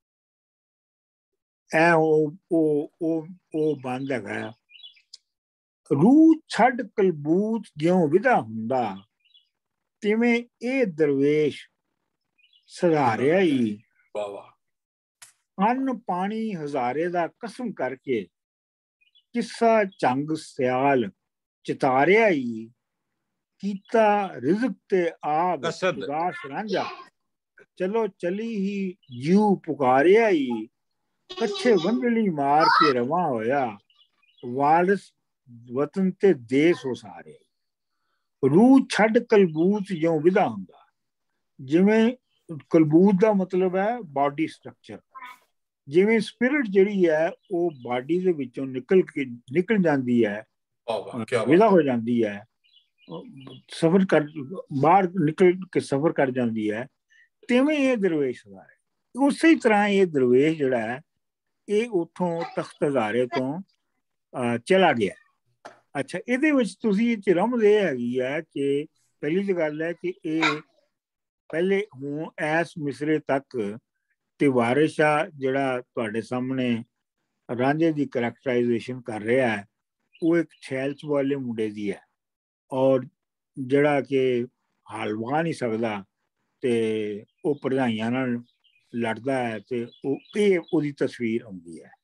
ਲੇਕਿਨ ਇੱਥੇ ਇਸ ਮਿਸਰੇ ਤੁਸੀਂ ਵੇਖੋ ਕਿ ਇਹ ਦਰਵੇਸ਼ ਸੁਧਾਰ ਰਿਹਾ। ਹੁਣ ਉਹ ਵਾਰਿਸ ਸ਼ਾਹ ਜਿਹੜਾ ਹੈ ਉਹ ਰਾਂਝੇ ਨੂੰ ਅਸਲ 'ਚ ਦਰਵੇਸ਼ ਕਹਿ ਰਿਹਾ, ਫਕੀਰ ਕਹਿ ਰਿਹਾ। ਯਾਨੀ ਮਤਲਬ ਇਹ ਹੈ ਕਿ ਉਹਦੀ ਜਿਹੜੀ ਜ਼ਿੰਦਗੀ ਦਾ ਪਹਿਲਾ ਹਿੱਸਾ ਸੀ, ਜਦੋਂ ਉਹਨੇ ਤਖਤ ਹਜ਼ਾਰਾ ਛੱਡ ਕੇ ਤੇ ਆਪਣਾ ਸਿਆਲਾਂ ਦੇ ਸ਼ਹਿਰ ਨੂੰ ਜਦੋਂ ਉਹ ਰਵਾਨਾ ਹੋਇਆ, ਤੇ ਉਸ ਵੇਲੇ ਤੱਕ ਉਹ ਦਰਵੇਸ਼ੀ ਦੀਆਂ ਫਕੀਰੀ ਦੀਆਂ ਮੰਜ਼ਿਲਾਂ ਤੈਅ ਕਰ ਚੁੱਕਿਆ ਸੀ। ਇਹ ਮਤਲਬ ਹੈ ਟ੍ਰਾਂਸਫਾਰਮੇਸ਼ਨ ਹੋ ਗਈ ਉਹਦੀ ਕਰੈਕਟਰ ਦੀ, ਉਹਦੀ ਟ੍ਰਾਂਸਫਾਰਮੇਸ਼ਨ ਹੋ ਗਈ ਹੋਈ ਸੀ। ਉਹਦੀ ਟ੍ਰਾਂਸਫਾਰਮੇਸ਼ਨ ਜਿਹੜੀ ਹੈ ਉਹ ਵੰਝਲੀ ਵਜਾ ਕੇ ਹੋਈ ਸੀ। ਉਹ ਵੰਝਲੀ ਵਜਾ ਕੇ ਉਹ ਵੰਝਲੀ ਵਜਾਉਣਾ ਜਿਹੜਾ ਸੀ ਉਹ ਫਕੀਰੀ ਤੇ ਦਰਵੇਸ਼ੀ ਦੀ ਮੰਜ਼ਿਲਾਂ ਤੈਅ ਕਰਨਾ ਸੀ। ਤੇ ਹਾਂਜੀ ਡਾਕਟਰ ਸਾਹਿਬ, ਜਿਹੜਾ ਦਰਵੇਸ਼ ਦਾ ਲਿਟਰਲ ਮੀਨਿੰਗ ਕੀ ਹੈਗਾ? ਹੋਮਲੈਸ? ਹਾਂਜੀ ਹਾਂਜੀ। ਅੱਛਾ। ਤੇ ਰੂਹ ਛੱਡ, ਜਿਹੜਾ ਉਹ ਰੂਹ, ਜਿਵੇਂ ਉਹ ਤਖਤ ਹਜ਼ਾਰਾ ਜਿਹੜਾ ਸੀ ਉਹ ਇੱਕ ਕਲਬੂਤ ਸੀ, ਉਹ ਇੱਕ ਸਟਰਕਚਰ ਸੀ, ਸੋਸ਼ਲ ਸਟਰਕਚਰ ਸੀ, ਤੇ ਉਹ ਉਹਦੇ ਵਿੱਚੋਂ ਇੰਝ ਨਿਕਲ ਗਿਆ ਜਿਵੇਂ ਬੰਦੇ ਦੀ ਜਿਸਮ ਵਿੱਚੋਂ ਰੂਹ ਨਿਕਲਦੀ ਹੈ। ਮਤਲਬ ਇੱਥੇ ਇਸ ਮਿਸਰੇ ਇਸ ਹਿੱਸੇ ਵਿੱਚ ਵੀ ਉਹ ਜਿਹੜਾ ਉਹ ਰਾਂਝੇ ਨੂੰ ਸਪਿਰਿਟ ਕਹਿ ਰਿਹਾ ਹੈ, ਤੇ ਜਿਹੜੀ ਬਾਕੀ ਸੁਸਾਇਟੀ ਸੋਸ਼ਲ ਸਟਰਕਚਰ ਹੈ ਉਹਨੂੰ ਕਲਬੂਤ ਕਹਿ ਰਿਹਾ, ਤੇ ਉਹ ਕਲਬੂਤ ਉਹਦੇ ਮੇਚੇ ਨਹੀਂ ਆਉਂਦਾ, ਪੂਰਾ ਨਹੀਂ ਆਉਂਦਾ, ਉਹਨੂੰ ਛੱਡ ਕੇ ਤੁਰ ਪੈਂਦਾ ਹੈ। ਯਾਨੀ ਕਿ ਆਜ਼ਾਦ ਹੋ ਗਈ ਉਹਦੀ ਰੂਹ, ਮਤਲਬ ਉਹਨੇ ਉਹ ਕੀ ਕਹਿੰਦੇ ਨੇ ਅਬੈਂਡਨ ਕਰ ਦਿੱਤਾ ਉਸ ਸਟਰਕਚਰ ਨੂੰ। ਯਾਨੀ ਹਜ਼ਾਰੇ ਦੀ ਰੂਹ ਸੀ ਇਹ ਜਿਹੜਾ ਰਾਂਝਾ ਹੈ, ਉਹ ਛੱਡ ਕੇ ਜਾ, ਉਹ ਛੱਡ ਕੇ ਜਾ। ਸਰ ਇਹਦਾ ਇਹ ਵੀ ਮਤਲਬ ਹੋ ਸਕਦਾ ਹੈ ਕਿ ਇਸ ਤੋਂ ਬਾਅਦ ਉਹ ਵਾਪਸ ਨਹੀਂ ਆਏਗਾ ਆਪਣੇ ਵਤਨ, ਕਦੀ ਨਹੀਂ ਆਏਗਾ। ਹਾਂਜੀ, ਇਸ ਵਾਸਤੇ ਜਿਹੜਾ ਵਾਰਿਸ ਸ਼ਾਹ ਅਖੀਰ ਵਿੱਚ ਇੱਕ ਬੰਦ ਵਿੱਚ ਉਹਨੂੰ ਵਾਪਸ ਲਿਆਉਂਦਾ ਹੈ, ਲੇਕਿਨ ਉਹ ਉਹਨੂੰ ਭਰਜਾਈਆਂ ਵੀ ਬਾਰ-ਬਾਰ ਖਤ ਲਿਖਦੀਆਂ ਨੇ ਕਿ ਤੂੰ ਵਾਪਸ ਆ ਜਾ, ਲੇਕਿਨ ਉਹ ਵਾਪਸ ਨਹੀਂ ਆਉਂਦਾ। ਔਰ ਇਹਦੇ ਉਲਟ ਅਗਰ ਤੁਸੀਂ ਦਮੋਦਰ ਦਾਸ ਦੀ ਹੀਰ ਪੜ੍ਹੋ ਤੇ ਦਮੋਦਰ ਦਾਸ ਦੀ ਹੀਰ ਵਿੱਚ ਉਹ ਫੇਰ ਤੋਂ ਮੁੜ ਕੇ ਉਹ ਤਖਤ ਹਜ਼ਾਰੇ ਜਾਂਦਾ ਹੈ, ਕਿਉਂਕਿ ਜਿਸ ਪੱਖ ਤੋਂ ਦਮੋਦਰ ਦਾਸ ਲਿਖ ਰਿਹਾ ਹੈ ਇਵੈਂਟਸ ਤੋਂ, ਉਹ ਵਾਰਿਸ ਸ਼ਾਹ ਨਹੀਂ ਲਿਖ ਰਿਹਾ। ਵਾਰਿਸ ਸ਼ਾਹ ਤੇ ਇੱਕ ਫਿਲੋਸੋਫੀਕਲ ਟ੍ਰੀਟਿਸ ਵੀ ਲਿਖ ਰਿਹਾ ਹੈ ਨਾ, ਕਿ ਜਿਹਦੇ ਵਿੱਚ ਵਾਪਸੀ ਕੋਈ ਨਹੀਂ ਹੈ, ਬਲਕਿ ਇਹ ਕਿਹਾ ਜਾਂਦਾ ਹੈ, ਇਹ ਇੰਟਰਪ੍ਰੀਟੇਸ਼ਨ ਵੀ ਹੈ, ਮੇਰੀ ਵੀ ਹੈ, ਕਿ ਜਿਹੜਾ ਰਾਂਝੇ ਦਾ ਮੁੜਨਾ ਸੀ ਵਾਪਸ ਤਖਤ ਹਜ਼ਾਰੇ ਨੂੰ, ਜਦੋਂ ਉਹਨੂੰ ਹੀਰ ਮਿਲ ਗਈ ਤੇ ਹੀਰ ਸਿਆਲਾਂ ਨੇ ਕਿਹਾ ਕਿ ਤੂੰ ਇਹਨੂੰ ਸਾਡੇ ਕੋਲ ਛੱਡ ਦੇ ਤੇ ਤੂੰ ਜਾ ਕੇ ਜੰਝ ਬਣਾ ਕੇ ਲਿਆ, ਤੇ ਉਹ ਵਾਪਸ ਗਿਆ ਤੇ ਉਹਨੇ ਜਾ ਕੇ ਉਹੀ ਜਿਹੜਾ ਬਾਣਾ ਸੀ ਚੌਧਰੀਆਂ ਵਾਲਾ ਉਹ ਪਾ ਲਿਆ। ਤੇ ਇਹ ਵੀ ਇਹਦੀ ਇੰਟਰਪ੍ਰੀਟੇਸ਼ਨ ਹੈ ਕਿ ਜਦੋਂ ਉਹ ਵਾਪਸ ਜਾਂਦਾ ਹੈ ਤੇ ਫਿਰ ਉਹ ਮਰੇਗਾ, ਉਹਨੇ ਮਰਨਾ ਹੀ ਹੈ। ਸਮਝ ਆ ਗਈ ਤੁਹਾਨੂੰ ਗੱਲ ਦੀ?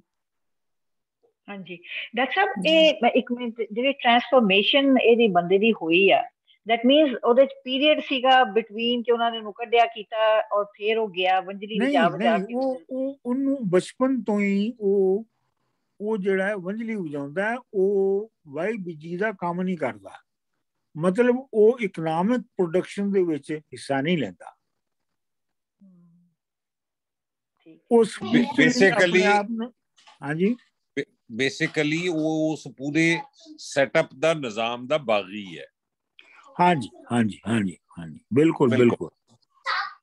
ਅੰਨ ਪਾਣੀ ਹਜ਼ਾਰੇ ਦਾ ਕਸਮ ਕਰਕੇ, ਯਾਨੀ ਉਹਨੇ ਕਸਮ ਖਾ ਲਈ ਕਿ ਹੁਣ ਉਹ ਹਜ਼ਾਰੇ ਦਾ ਅੰਨ ਦਾ ਮਤਲਬ ਹੈ ਆਪਣਾ ਰੋਟੀ ਤੇ ਅੰਨ ਪਾਣੀ ਤੇ ਅਨਾਜ, ਅੰਨ ਦਾ ਮਤਲਬ ਅਨਾਜ।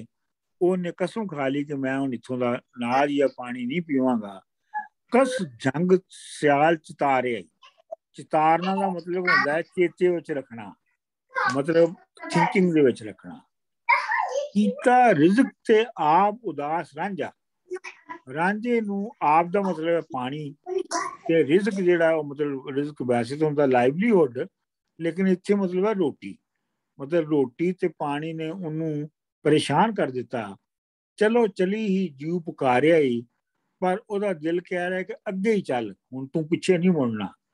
ਕੱਛੇ ਵੰਝਲੀ ਮਾਰ ਕੇ ਰਵਾਂ ਹੋਇਆ, ਉਹ ਆਪਣੀ ਬਗਲ 'ਚ ਵੰਝਲੀ ਰੱਖ ਕੇ ਤੇ ਉਹ ਰਵਾਨਾ ਹੋ ਗਿਆ, ਉੱਥੋਂ ਚੱਲ ਪਿਆ ਉੱਥੋਂ। ਵਾਰਿਸ ਵਤਨ ਤੇ ਦੇਸ਼ ਵਸਾਰੇ, ਤੇ ਉਹ ਜਿਹੜਾ ਉਹਦਾ ਵਤਨ ਸੀ ਤੇ ਦੇਸ਼ ਸੀ ਯਾਨੀ ਤਖਤ ਹਜ਼ਾਰਾ, ਉਹਨੂੰ ਉਹਨੇ ਕੰਪਲੀਟਲੀ ਭੁਲਾ ਦਿੱਤਾ।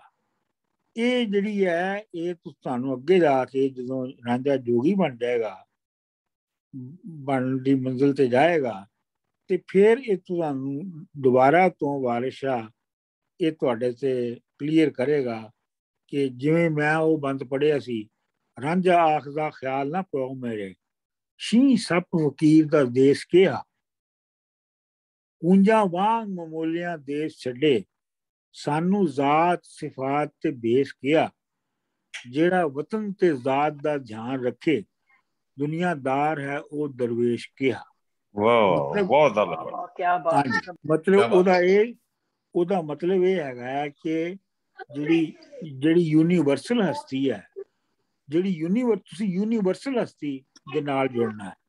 ਤੁਸੀਂ ਕਿਸੇ ਇੱਕ ਨੇਸ਼ਨ ਜਾਂ ਕਿਸੇ ਇੱਕ ਜਗ੍ਹਾ ਦੇ ਨਾਲ ਜਾਂ ਕਿਸੇ ਇੱਕ ਜ਼ਾਤ ਦੇ ਨਾਲ ਉਹ ਤੁਹਾਡੀ ਆਇਡੈਂਟੀਫਿਕੇਸ਼ਨ ਨਹੀਂ ਹੋਣੀ ਚਾਹੀਦੀ। ਤੇ ਇਹ ਜਿਹੜਾ ਸੂਫੀ ਦਾ, ਜੋਗੀ ਦਾ, ਇਹਨਾਂ ਦਾ ਸਭ ਦਾ ਬੁਨਿਆਦੀ ਮੁੱਢਲਾ ਜਿਹੜਾ ਮੰਨਣਾ ਹੁੰਦਾ ਇਹ ਹੁੰਦਾ ਹੈ। ਤੇ ਇਸ ਵਾਸਤੇ ਉਹ ਮਤਲਬ ਹੁਣ ਤੇ ਮੈਨੂੰ ਜਦੋਂ ਕੋਈ ਭੇਜਦਾ ਨਾ ਫਲਾਣੇ ਮੁਲਕ ਨੇ ਇਹ ਕਰਤਾ, ਉਹ ਫਲਾਣੇ ਦੇ ਖਿਲਾਫ, ਮੈਨੂੰ ਲੱਗਦਾ ਕਿ ਐਵੇਂ ਮਾਰ ਰਹੇ ਨੇ। ਛੱਡੋ, ਚਲੋ ਜੀ ਅੱਗੇ ਚਲੋ। ਡਾਕਟਰ ਸਾਹਿਬ ਇੱਕ ਦੱਸੋ ਮੈਨੂੰ ਕਿ ਇਹਦੇ ਵਿੱਚ ਸਾਰੀ ਸਟੋਰੀ ਦੇ ਵਿੱਚ ਵੰਜਲੀ ਦੀ ਕੀ ਇੰਪੋਰਟੈਂਸ ਹੈ? ਵੰਜਲੀ ਜਿਹੜੀ ਹੈ ਉਹ ਅੰਦਰ ਦੀ ਹੂਕ ਹੈ। ਅੱਛਾ ਜੀ, ਇਹ ਤਾਂ ਬਹੁਤ ਕਮਾਲ ਦੀ ਗੱਲ ਅੰਦਰ ਦੀ ਹੂਕ ਹੈ। ਸਰ ਇੱਕ ਕ੍ਰੀਏਟਿਵ ਪਾਵਰ ਵੀ ਹੋ ਸਕਦੀ ਹੈ ਜੀ, ਇੱਕ ਕ੍ਰੀਏਟਿਵ ਪਾਵਰ ਜਿਵੇਂ ਹਰ ਬੰਦੇ ਦੇ ਅੰਦਰ ਹੁੰਦੀ ਹੈ, ਕ੍ਰੀਏਟਿਵ ਸੋਰਸ, ਕ੍ਰੀਏਟਿਵ ਪਾਵਰ ਹੈ ਨਾ, ਜਿਹੜੀ ਕਿ ਉਹਦੇ ਸਾਹ ਚੋਂ ਨਿਕਲ ਰਹੀ ਹੈ। ਯਾਨੀ ਹਰ ਸਾਹ ਦੇ ਵਿੱਚ ਵੰਝਲੀ ਹੈ, ਯਾਨੀ ਕ੍ਰੀਏਟਿਵ ਪਾਵਰ ਹੈ।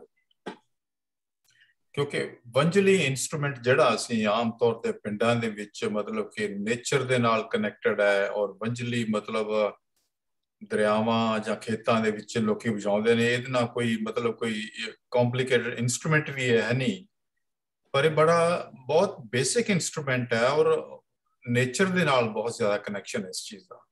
ਬਿਲਕੁਲ ਬਿਲਕੁਲ ਬਿਲਕੁਲ, ਕਿਉਂਕਿ ਦੇਖੋ ਨਾ ਸਿੰਪਲ ਲੱਕੜੀ ਤੋਂ ਬਣਦਾ ਹੈ, ਉਹਦੇ ਚ ਮੋਰੀਆਂ ਕੱਢੀਆਂ ਨੇ ਤੇ ਉਹਨੂੰ ਆਪਣੀ ਸਾਹ ਦੇ ਨਾਲ ਉਹ ਚ ਆਵਾਜ਼ ਕੱਢੀ ਜਾਂਦੀ ਹੈ, ਔਰ ਮੋਰੀਆਂ ਦੇ ਨਾਲ ਸਾਰੀਆਂ ਉਹਦੀਆਂ ਸੁਰਾਂ ਬਣਾਈਆਂ ਜਾਂਦੀਆਂ ਨੇ। ਇਹ ਨੇਚੁਰਲ ਕੋਮੋਡਿਟੀ ਹੈ ਨਾ, ਨੇਚੁਰਲ ਸ਼ੈ ਹੈ ਨਾ। ਤੇ ਆਪਣਾ ਵੈਸੇ ਆਮ ਤੌਰ ਤੇ ਇਹ ਜਿਹੜੇ ਵੰਝਲੀ ਵਜਾਉਣ ਵਾਲੇ ਹੁੰਦੇ ਨੇ ਨਾ ਪਿੰਡਾਂ 'ਚ, ਜਿਨ੍ਹਾਂ ਨੂੰ ਮੈਂ ਜਿੰਨਾ ਵੀ ਦੇਖਿਆ, ਉਹ ਵੈਸੇ ਇਸ ਤਰ੍ਹਾਂ ਦੇ ਹੀ ਹੁੰਦੇ ਨੇ, ਉਹ ਦੁਨੀਆਦਾਰੀ ਦੇ ਵਿੱਚ ਜ਼ਿਆਦਾ ਨਹੀਂ ਹੁੰਦੇ। ਹਾਂਜੀ, ਉਹ ਮਸਤ ਮਲੰਗ ਟਾਈਪ ਲੋਕ ਹੁੰਦੇ ਨੇ। ਹਾਂ, ਮਸਤ ਮਲੰਗ। ਮੇਰਾ ਖਿਆਲ ਹੈ ਮੈਂ ਇਹਦਾ ਬਹੁਤ ਜ਼ਿਆਦਾ ਤਲਕ ਮੇਰਾ ਖਿਆਲ ਤੰਤਰਵਾਦ ਦਾ ਉਸ ਫਲਸਫੇ ਨਾਲ ਵੀ ਹੈ ਕਿ ਜਿਹੜੇ ਨੇਚਰ ਦੇ ਨਾਲ ਆਪਣੇ ਜਿਸਮ ਨੂੰ, ਆਪਣੀ ਆਵਾਜ਼ ਨੂੰ, ਆਪਣੇ ਬਿਆਨੀਏ ਨੂੰ, ਆਪਣੀ ਰੂਹ ਨੂੰ ਜਦੋਂ ਨਾਲ ਉਹਨਾਂ ਦੇ ਜੋੜਨਾ ਚਾਹੁੰਦੇ ਨੇ, ਤੇ ਇਹ ਚੀਜ਼ ਫਿਰ ਇਹ ਹੂਕ ਜਿਹੜੀ ਹੈ ਨਾ ਉੱਠਦੀ ਹੈ ਉਹਨਾਂ ਦੀ। ਉਹ ਵੰਝਲੀ ਦੀ ਮੇਰਾ ਖਿਆਲ ਹੈ, ਵੰਝਲੀ ਦੀ ਇੰਟਰਪ੍ਰੀਟੇਸ਼ਨ ਇਹ ਹੋ ਸਕਦੀ ਹੈ। ਹਾਂਜੀ, ਬਿਲਕੁਲ ਬਿਲਕੁਲ। ਚਲੋ ਜੀ ਅੱਗੇ ਚਲੋ। ਬਹੁਤ ਵਧੀਆ ਜੀ। ਅੱਛਾ ਜੀ, ਇਹ ਹੁਣ ਭਰਾ ਆ ਗਏ ਨੇ, ਉਹਨੂੰ ਰੋਕ ਰਹੇ ਨੇ। ਵਾਰ ਲਾ ਰਹੇ ਭਾਈ ਭਾਬੀਆਂ ਵੀ, ਰਾਂਝਾ ਉੱਠ ਹਜ਼ਾਰਿਓਂ ਧਾਇਆ ਏ। ਭੁੱਖ ਭੁੱਖ ਨੰਗ ਨੂੰ ਝਾਕ ਕੇ ਪੰਧ ਕਰਕੇ, ਰਾਤੀ ਵਿੱਚ ਮਸੀਤ ਦੇ ਛਾਇਆ ਏ। ਹੱਥ ਵੰਝਲੀ ਪਕੜ ਕੇ ਰਾਤ ਅੱਧੀ, ਰਾਂਝੇ ਮਜ਼ਹਬੀ ਖੂਬ ਬਣਾਇਆ ਏ। ਰੰਨ ਮਰਦ ਨਾ ਪਿੰਡ ਵਿੱਚ ਰਿਹਾ ਕੋਈ, ਸਭਾ ਗਿਰਦ ਮਸੀਤ ਦੇ ਆਇਆ ਏ। ਵਾਰਿਸ਼ਾ ਮੀਆਂ ਪੰਡ ਝਗੜਿਆਂ ਦੀ, ਪਿੱਛੋਂ ਮੁੱਲਾ ਮਸੀਤ ਦਾ ਆਇਆ। ਅੱਛਾ, ਉਹ ਭਰਜਾਈਆਂ ਤੇ ਭਰਾ ਉਹਨੂੰ ਬਹੁਤ ਕਹਿੰਦੇ ਨੇ ਕਿ ਸਾਡੀ ਤੇ ਬਾਂਹ ਟੁੱਟ ਜਾਏਗੀ ਤੇ ਸਾਡਾ ਕੱਖ ਨਹੀਂ ਰਹੇਗਾ ਤੇ ਤੂੰ ਨਾ ਜਾ। ਲੇਕਿਨ ਉਹ ਕਹਿੰਦਾ ਐਵੇਂ ਹੁਣ ਤੁਸੀਂ ਦੁਨੀਆਦਾਰੀ ਦੀ ਖਾਤਰ ਤੁਸੀਂ ਇਹ ਕਹਿ ਰਹੇ ਹੋ। ਉਹਦੇ ਵਿੱਚ ਇੱਕ ਲਾਈਨ ਆਉਂਦੀ ਹੈ, ਵਾਰਿਸ਼ਾ ਰਾਂਝੇ ਦੇ ਮੂੰਹ ਬੋਲੀ ਜਾਂਦੀ ਹੈ, ਵਾਰਿਸ਼ਾ ਇਹ ਗਰਜ਼ ਹੈ ਬਹੁਤ ਪਿਆਰੀ। ਵਾਰਿਸ਼ਾ ਇਹ ਜਿਹੜੀ ਗਰਜ਼ ਹੈ ਨਾ, ਜਿਹੜਾ ਇੰਟਰਸਟ ਹੈ, ਇਕਨੋਮਿਕ ਇੰਟਰਸਟ, ਇਹ ਬਹੁਤ ਪਿਆਰਾ ਹੁੰਦਾ। ਹੋਰ ਸਾਕ ਨਾ ਸੈਣ ਨਾ ਅੰਗਦੇ ਨਹੀਂ, ਹੋਰ ਕੋਈ ਰਿਸ਼ਤੇਦਾਰੀ ਨਹੀਂ ਹੁੰਦੀ, ਸਿਰਫ ਇਕਨੋਮਿਕ ਇੰਟਰਸਟ ਹੁੰਦਾ ਹੈ। ਵਾਹ ਲਾ ਰਹੇ ਭਾਈ ਭਾਬੀਆਂ ਵੀ, ਰਾਂਝਾ ਉੱਠ ਹਜ਼ਾਰਿਓਂ ਧਾਇਆ ਹੈ। ਭਰਾ ਤੇ ਭਰਜਾਈਆਂ ਜ਼ੋਰ ਲਾ ਰਹੇ ਰੋਕਣ ਦੀ, ਪਰ ਰਾਂਝਾ ਜਿਹੜਾ ਉਹ ਹਜ਼ਾਰੇ ਤੋਂ ਨਿਕਲ ਗਿਆ। ਭੁੱਖ ਨੰਗ ਨੂੰ ਝਾਕ ਕੇ ਪੰਧ ਕਰਕੇ, ਭੁੱਖਾ ਤੇ ਨੰਗਾ ਉਹ ਲੰਮਾ ਸਫ਼ਰ ਕਰਕੇ, ਪੰਧ ਦਾ ਮਤਲਬ ਸਫ਼ਰ, ਟਰੈਵਲ ਕਰਕੇ, ਝਾਕ ਕੇ ਇਹਨੂੰ ਬਰਦਾਸ਼ਤ ਕਰਕੇ, ਟੋਲਰੇਟ ਕਰਕੇ, ਰਾਤੀ ਵਿੱਚ ਮੁਸੀਬਤ ਦੇ ਛਾਇਆ। ਤੇ ਅਖੀਰ ਉਹ ਇੱਕ ਮੁਸੀਬਤ ਦੇ ਵਿੱਚ ਛਾਇਆ ਦਾ ਮਤਲਬ ਇੱਥੇ ਇਹ ਹੈ ਪਹੁੰਚਿਆ। he has ਕੀ ਕਹਿੰਦੇ ਨੇ, dominated the mask, ਜਾਂ ਜੋ ਵੀ ਹੈ। ਹੱਥ ਵੰਝਲੀ ਪਕੜ ਕੇ ਰਾਤ ਅੱਧੀ, ਤੇ ਮਸੀਤ ਦੇ ਵਿੱਚ ਰਾਂਝੇ ਨੇ ਵੰਝਲੀ ਫੜ ਕੇ ਤੇ ਹੱਥ ਵੰਝਲੀ ਪਕੜ ਕੇ ਰਾਤ ਅੱਧੀ, ਰਾਂਝੇ ਮਜ਼ਾ ਵੀ ਖੂਬ ਬਣਾਇਆ। ਯਾਨੀ ਉਹਨੇ ਜਿਹੜੀ ਵੰਝਲੀ ਵਜਾਈ ਉਹ ਵੀ ਬਹੁਤ ਜ਼ਬਰਦਸਤ ਸੀ। ਰੰਨ ਮਰਦ ਨਾ ਪਿੰਡ ਵਿੱਚ ਰਿਹਾ ਕੋਈ, ਪਿੰਡ ਦਾ ਹਰ ਮਰਦ ਤੇ ਹਰ ਔਰਤ ਜਿਹੜੀ ਹੈ ਉਹ ਮਸੀਤ ਦੇ ਦੁਆਲੇ ਇਕੱਠੀ ਹੋ ਗਈ ਉਹਦੀ ਵੰਝਲੀ ਸੁਣ ਕੇ। ਸਭਾ ਗਿਰਦ ਮਸੀਤ ਦੇ ਆਇਆ ਹੈ, ਸਾਰੇ ਮਸੀਤ ਦੇ ਦੁਆਲੇ ਆ ਗਏ ਨੇ। ਵਾਰਿਸ਼ਾ ਮੀਆਂ ਪੰਡ ਝਗੜਿਆਂ ਦੀ, ਪਿੱਛੋਂ ਮੁੱਲਾ ਮਸੀਤ ਦਾ ਆਇਆ। ਤੇ ਵਾਰਿਸ਼ਾ ਜਦੋਂ ਸਾਰੇ ਲੋਕ ਆ ਚੁੱਕੇ ਸਨ ਤੇ ਪਿੱਛੋਂ ਝਗੜਿਆਂ ਦੀ ਜਿਹੜੀ ਬੰਡਲ ਹੈ, ਉਹ ਆਪਣਾ ਮੁੱਲਾ ਹੈ, ਉਹ ਮਸੀਤ ਤੇ ਆਇਆ ਅਖੀਰ ਤੇ। ਅੱਛਾ, ਇਹਦੇ ਵਿੱਚ ਤੁਸੀਂ ਇਹ ਦੇਖੋ ਕਿ ਹੱਥ ਵੰਝਲੀ, ਯਾਨੀ ਇਹ ਇੱਕ ਤੇ ਇਹ ਹੈ ਕਿ ਮਸੀਤ ਦੇ ਵਿੱਚ ਵੰਝਲੀ ਗੁਜ਼ਾਰ ਰਿਹਾ ਹੈ, ਤੇ ਹੁਣ ਜਿਹੜਾ ਹੈ, ਹੁਣ ਤੇ ਤੁਸੀਂ ਤਸੱਵਰ ਵੀ ਨਹੀਂ ਕਰ ਸਕਦੇ ਕਿ ਵੰਝਲੀ ਜਿਹੜੀ ਹੈ ਉਹ ਮਸੀਤੇ ਉਜਾਈ ਜਾ ਸਕਦੀ ਹੈ ਕਿ ਨਹੀਂ। ਲੇਕਿਨ ਜਿਹੜੀ ਹਿਸਟੋਰੀਕਲੀ ਜਿਹੜਾ ਮਸੀਤ ਦਾ ਮਾਸਕ ਦਾ ਇੰਸਟੀਟਿਊਸ਼ਨ ਹੈ, ਇਹਦੇ ਉੱਤੇ ਜਿਹੜੇ ਫਕੀਰੀ ਵੱਲ ਸਨ ਲੋਕ, ਉਹ ਮਸੀਤ ਦਾ ਮਤਲਬ ਸਮਝੇ ਸਨ ਇੱਕ ਸੋਸ਼ਲ ਅਦਾਰਾ ਹੈ ਜਿਹਦੇ ਵਿੱਚ ਲੋਕੀ ਰਾਤ ਆ ਕੇ ਰਹਿੰਦੇ ਨੇ ਮੁਸਾਫਰ, ਤੇ ਉਹ ਉੱਥੇ ਗਾਣਾ ਵੀ ਸੁਣਿਆ ਜਾ ਸਕਦਾ ਹੈ। ਅੱਛਾ, ਇਹ ਜਿਹੜੀ ਹੈ ਨਾ, ਇਹ ਵਾਰਿਸ ਸ਼ਾਹ ਨੇ ਇਹ ਵਾਲੀ ਜਿਹੜੀ ਲਈ ਹੈ, ਇਹ ਬਾਬਾ ਫਰੀਦ ਕੋਲੋਂ ਵੀ ਲਈ ਹੈ, ਕਿਉਂਕਿ ਬਾਬਾ ਫਰੀਦ ਜਿਹੜਾ ਹੈ ਉਹਦੇ ਉੱਤੇ ਪਾਕਪਤਨ ਦੇ ਮੁਲਾਣਿਆਂ ਨੇ ਇਹ ਇਲਜ਼ਾਮ ਲਾਇਆ ਸੀ ਕਿ ਇਹ ਮਸੀਤ ਦੇ ਵਿੱਚ ਨੱਚਦਾ ਹੈ, ਮਤਲਬ ਕੋਈ ਧਮਾਲ ਸ਼ਮਾਲ ਪਾਉਂਦੇ ਹੋਣਗੇ ਨਾ, ਤੇ ਇਹ ਨੱਚਦੇ ਨੇ। ਤੇ ਉਹ ਮੁਲਤਾਨ ਗਈ, ਉਹਨਾਂ ਦੀ ਸ਼ਿਕਾਇਤ, ਉੱਥੇ ਵੱਡੇ ਵੱਡੇ ਆਲਮ ਸਨ, ਤੇ ਉਹਨਾਂ ਨੂੰ ਜਦੋਂ ਪਤਾ ਲੱਗਾ ਕਿ ਫਰੀਦ ਦੇ ਬਾਰੇ 'ਚ ਹੈ, ਤੇ ਉਹਨਾਂ ਨੇ ਇਗਨੋਰ ਕਰ ਦਿੱਤਾ ਉਹਨੂੰ।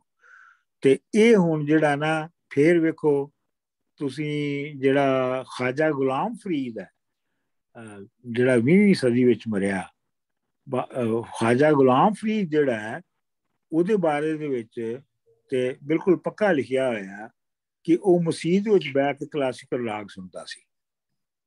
ਹੱਥ ਵੰਝਲੀ ਪਕੜ ਕੇ ਰਾਤ ਅੱਧੀ ਰਾਂਝੇ ਮਜ਼ਾ ਵੀ ਖੂਬ ਬਣਾਇਆ ਹੈ।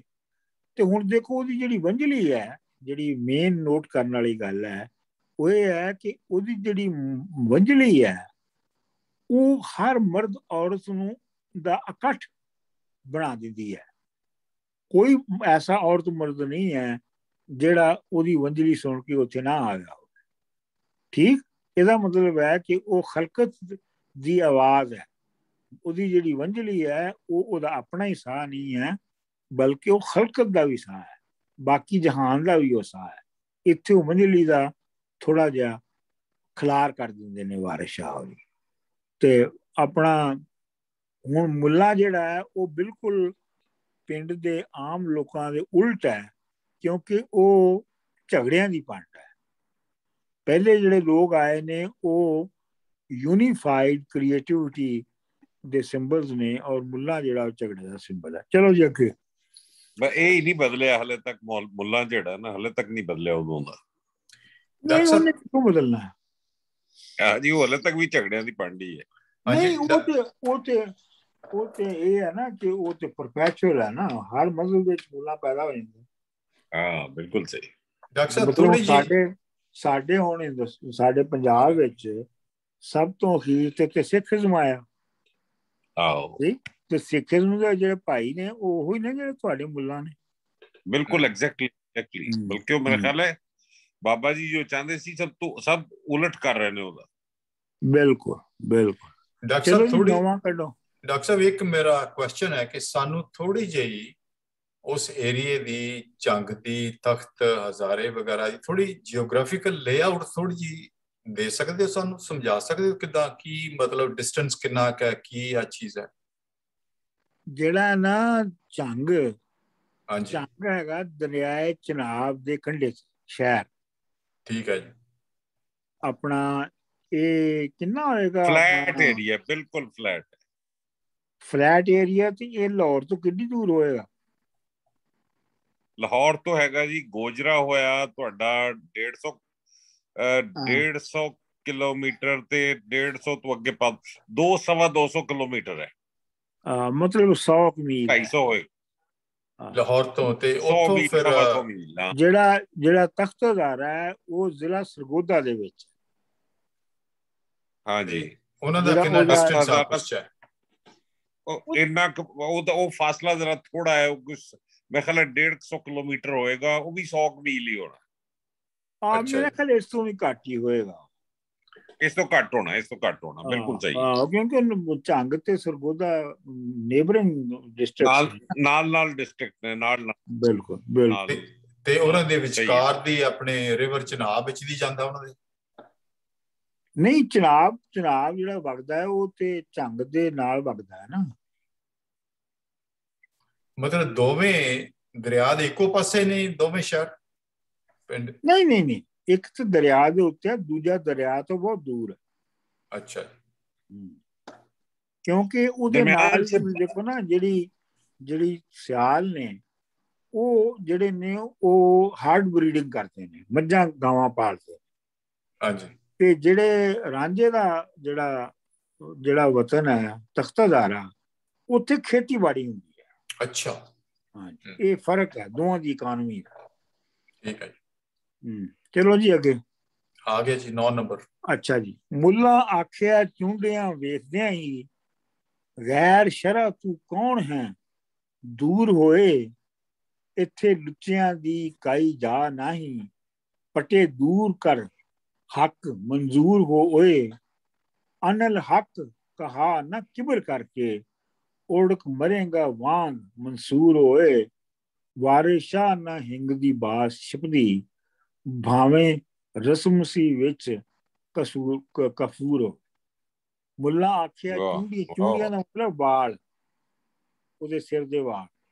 ਉਹਨੇ ਸਿਰ ਦੇ ਵਾਲ ਦੇਖ ਕੇ ਹੀ ਮੁੱਲਾ ਨੇ ਕਿਹਾ, ਗੈਰ ਸ਼ਰਾ ਤੂੰ ਐਂਟੀ ਇਸਲਾਮੀ ਸ਼ਰੀਅਤ ਕਿਉਂ ਸ਼ਰੀਅਤ ਹੈ, ਕੌਣ ਹੈ ਦੂਰ ਹੋਏ ਚੱਲ ਨਾਸੇ ਤੋਂ, ਇੱਥੇ ਲੁੱਚਿਆਂ ਦੀ ਕਾਈ ਜਾ ਨਹੀਂ। ਇੱਥੇ ਤੇਰੇ ਅਗਰੇ ਲੁੱਚੇ ਬੰਦੇ ਜਿਹੜੇ ਨੇ, ਬਦਮਾਸ਼ ਜਿਹੜੇ ਨੇ, ਉਹਨਾਂ ਦੀ ਕੋਈ ਥਾਂ ਨਹੀਂ ਹੈ। ਪਟੇ ਦੂਰ ਕਰ ਹੱਕ ਮਨਜ਼ੂਰ ਹੋਏ, ਤੇ ਇਹ ਜਿਹੜੇ ਵਾਲ ਨੇ ਇਹਨਾਂ ਨੂੰ ਮਨਾ। ਪਟੇ ਦਾ ਵੀ ਮਤਲਬ ਵਾਲ ਨੇ, ਇਹਨਾਂ ਨੂੰ ਮਨਾ। ਮਤਲਬ ਹੁਣ ਤੁਸੀਂ ਦੇਖੋ ਕਿ ਇਹਨਾਂ ਦੋਨਾਂ ਲਾਈਨਾਂ ਦੇ ਵਿੱਚ ਉਹ ਰਾਂਝੇ ਦੀ ਸਿਰਫ ਅਪੀਅਰੈਂਸ ਨੂੰ ਵੇਖ ਰਿਹਾ ਹੈ, ਉਹਨੂੰ ਨਹੀਂ ਪਤਾ ਇਹ ਬੰਦਾ ਕੌਣ ਹੈ ਜਾਂ ਕੌਣ ਨਹੀਂ ਹੈ। ਉਹ ਬਸ ਜਿਹੜਾ ਹੈ ਉਹ ਉਹਦੀ ਬਜ਼ਾਰਾ ਜਿਹੜੀ ਉਹਦਾ ਪਹਿਨਾਵਾ ਤੇ ਉਹਦੀ ਸ਼ਕਲ ਹੈ, ਸਿਰਫ ਉਹਨੂੰ ਵੇਖ ਰਿਹਾ। ਅਨਲ ਹੱਕ ਹਾ ਨਾ ਕਿਬਰ ਕਰਕੇ, ਅਨਲ ਹੱਕ ਦਾ ਮਤਲਬ ਮੈਂ ਖੁਦਾ ਹਾਂ।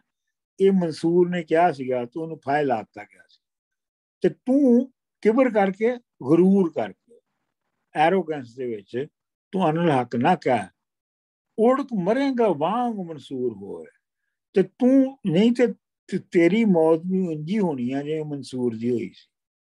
ਵਾਰਿਸ਼ਾ ਨਾ ਹਿੰਗ ਦੀ ਬਾਸ ਛਿਪਦੀ, ਵਾਰਿਸ਼ਾ ਹਿੰਗ ਦੀ ਬਦਬੂ ਜਿਹੜੀ ਹੈ ਉਹ ਕਦੀ ਛੁਪਦੀ ਨਹੀਂ ਹੈ, ਭਾਵੇਂ ਰਸਮ ਸੀ ਵਿੱਚ ਕਫੂਰ ਹੋਵੇ, ਭਾਵੇਂ ਉਹਨੂੰ ਕਫੂਰ ਦੇ ਵਿੱਚ ਲਵੇਟਿਆ ਹੋਵੇ, ਤਾਂ ਵੀ ਹਿੰਗ ਦੀ ਬਾਸ ਜਿਹੜੀ ਆ ਉਹ ਨਹੀਂ ਜਾਂਦੀ। ਚਲੋ ਜੀ ਅੱਗੇ ਚਲੋ।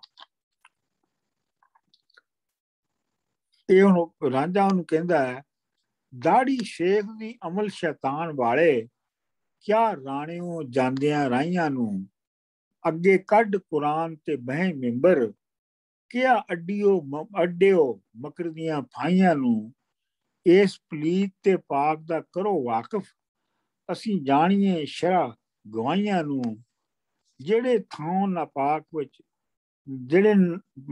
ਨਾਪਾਕ ਦੇ ਵਿੱਚ ਵੜਿਓ, ਸ਼ੁਕਰ ਰੱਬ ਦੀਆਂ ਬੇਪਰਵਾਹੀਆਂ ਨੂੰ, ਵਾਰਿਸ ਸ਼ਾਹ ਵਿੱਚ ਗੁਜ਼ਰਿਆਂ ਫੇਲ ਕਰਦੇ, ਮੁੱਲਾ ਜੋਤਰੇ ਲਾਉਂਦੇ ਵਾਹੀਆਂ। ਇਹ ਹੁਣ ਰਾਂਝਾ ਉਹਨੂੰ ਕਹਿ ਰਿਹਾ, ਦਾੜੀ ਸ਼ੇਖ ਤੇਰੀ ਜਿਹੜੀ ਤੇਰੀ ਅਪੀਅਰੈਂਸ ਹੈ, ਜਿਹੜੀ ਤੇਰੀ ਦਾੜੀ ਹੈ, ਉਹ ਤੇ ਇੰਜ ਹੈ ਜਿਵੇਂ ਬੜੇ ਸ਼ੇਖਾਂ ਦੀ ਹੁੰਦੀ। ਸ਼ੇਖ ਦਾ ਮਤਲਬ ਬਹੁਤ ਪੜ੍ਹੇ ਲਿਖੇ ਆਲਮ ਲੋਕਾਂ ਦੇ। ਤੇ ਅਮਲ ਜਿਹੜੇ ਨੇ, ਜਿਹੜੀਆਂ ਤੇਰੀਆਂ ਕਰਤਾਂ ਨੇ, ਉਹ ਸ਼ੈਤਾਨ ਵਾਲੇ ਨੇ। ਕਿਆ ਰਾਣਿਓ ਜਾਂਦਿਆਂ ਰਾਹੀਆਂ ਨੂੰ, ਤੂੰ ਮੁਸਾਫਰਾਂ ਨੂੰ, ਰਾਹ ਜਾਂਦੇ ਮੁਸਾਫਰਾਂ ਨੂੰ ਤੂੰ ਕੰਡੈਮ ਕਰ ਰਿਹਾ। ਦਾਨਨਾ ਦਾ ਮਤਲਬ ਕੰਡੈਮ ਕਰ ਰਿਹਾ। ਅੱਗੇ ਕੱਢ ਕੁਰਾਨ ਤੇ ਬਹਿ ਮਿੰਬਰ, ਉਹ ਮਿੰਬਰ ਇੱਕ ਛੋਟਾ ਜਿਹਾ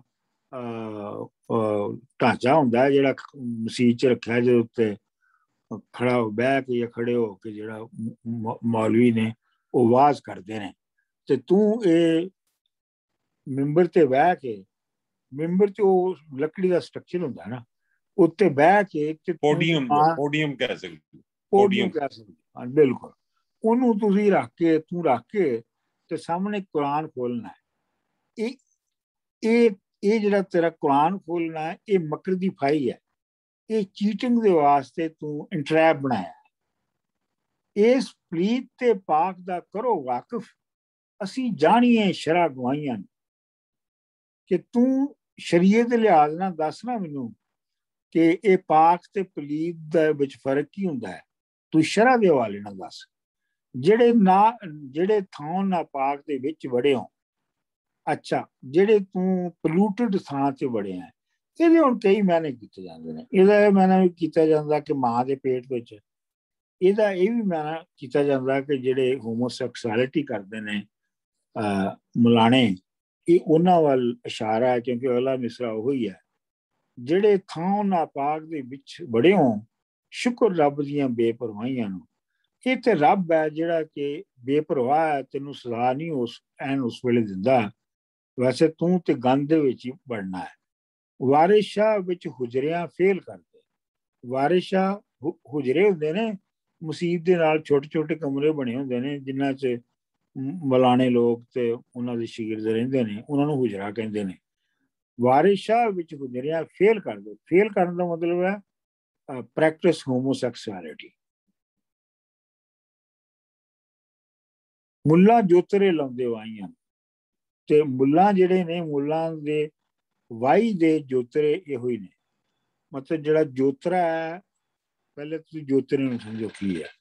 ਜੋਤਰਾ ਜਿਹੜਾ ਹੈ ਉਹ ਹੁੰਦਾ ਹੈ ਇਹ ਸੈਸ਼ਨ ਆਫ ਪਲੋਇੰਗ, ਮਤਲਬ ਸਵੇਰੇ 2 ਘੰਟੇ ਹਲ ਵਾਇਆ ਤਾਂ ਉਹ ਜੋਤਰਾ, ਉਹ ਪੂਰਾ ਜਿਹੜਾ 2 ਘੰਟੇ ਦਾ ਕੰਮ ਉਹ ਜੋਤਰਾ ਹਲ ਵਾਉਣ ਦਾ, ਉਹ ਜੋਤਰਾ ਖਵਾਏਗਾ।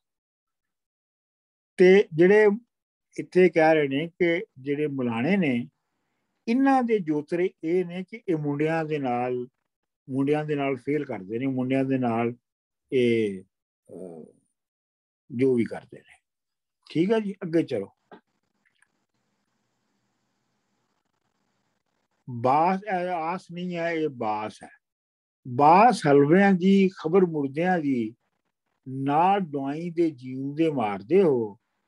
ਅੰਨੇ ਕੋੜਿਆਂ ਲੂਲਿਆਂ ਵਾਂਗ ਬੈਠੇ, ਕੁਰਾ ਮਰਨ ਜਹਾਨ ਦਾ ਮਾਰਦੇ ਹੋ। ਸ਼ਰਾ ਚਾਪ ਸਰਪੋਸ਼ ਬਣਾਇਆ ਜੇ, ਰਵਾਦਾਰ ਵੱਡੇ ਗੁਨਾਹਗਾਰ ਦੇ ਹੋ।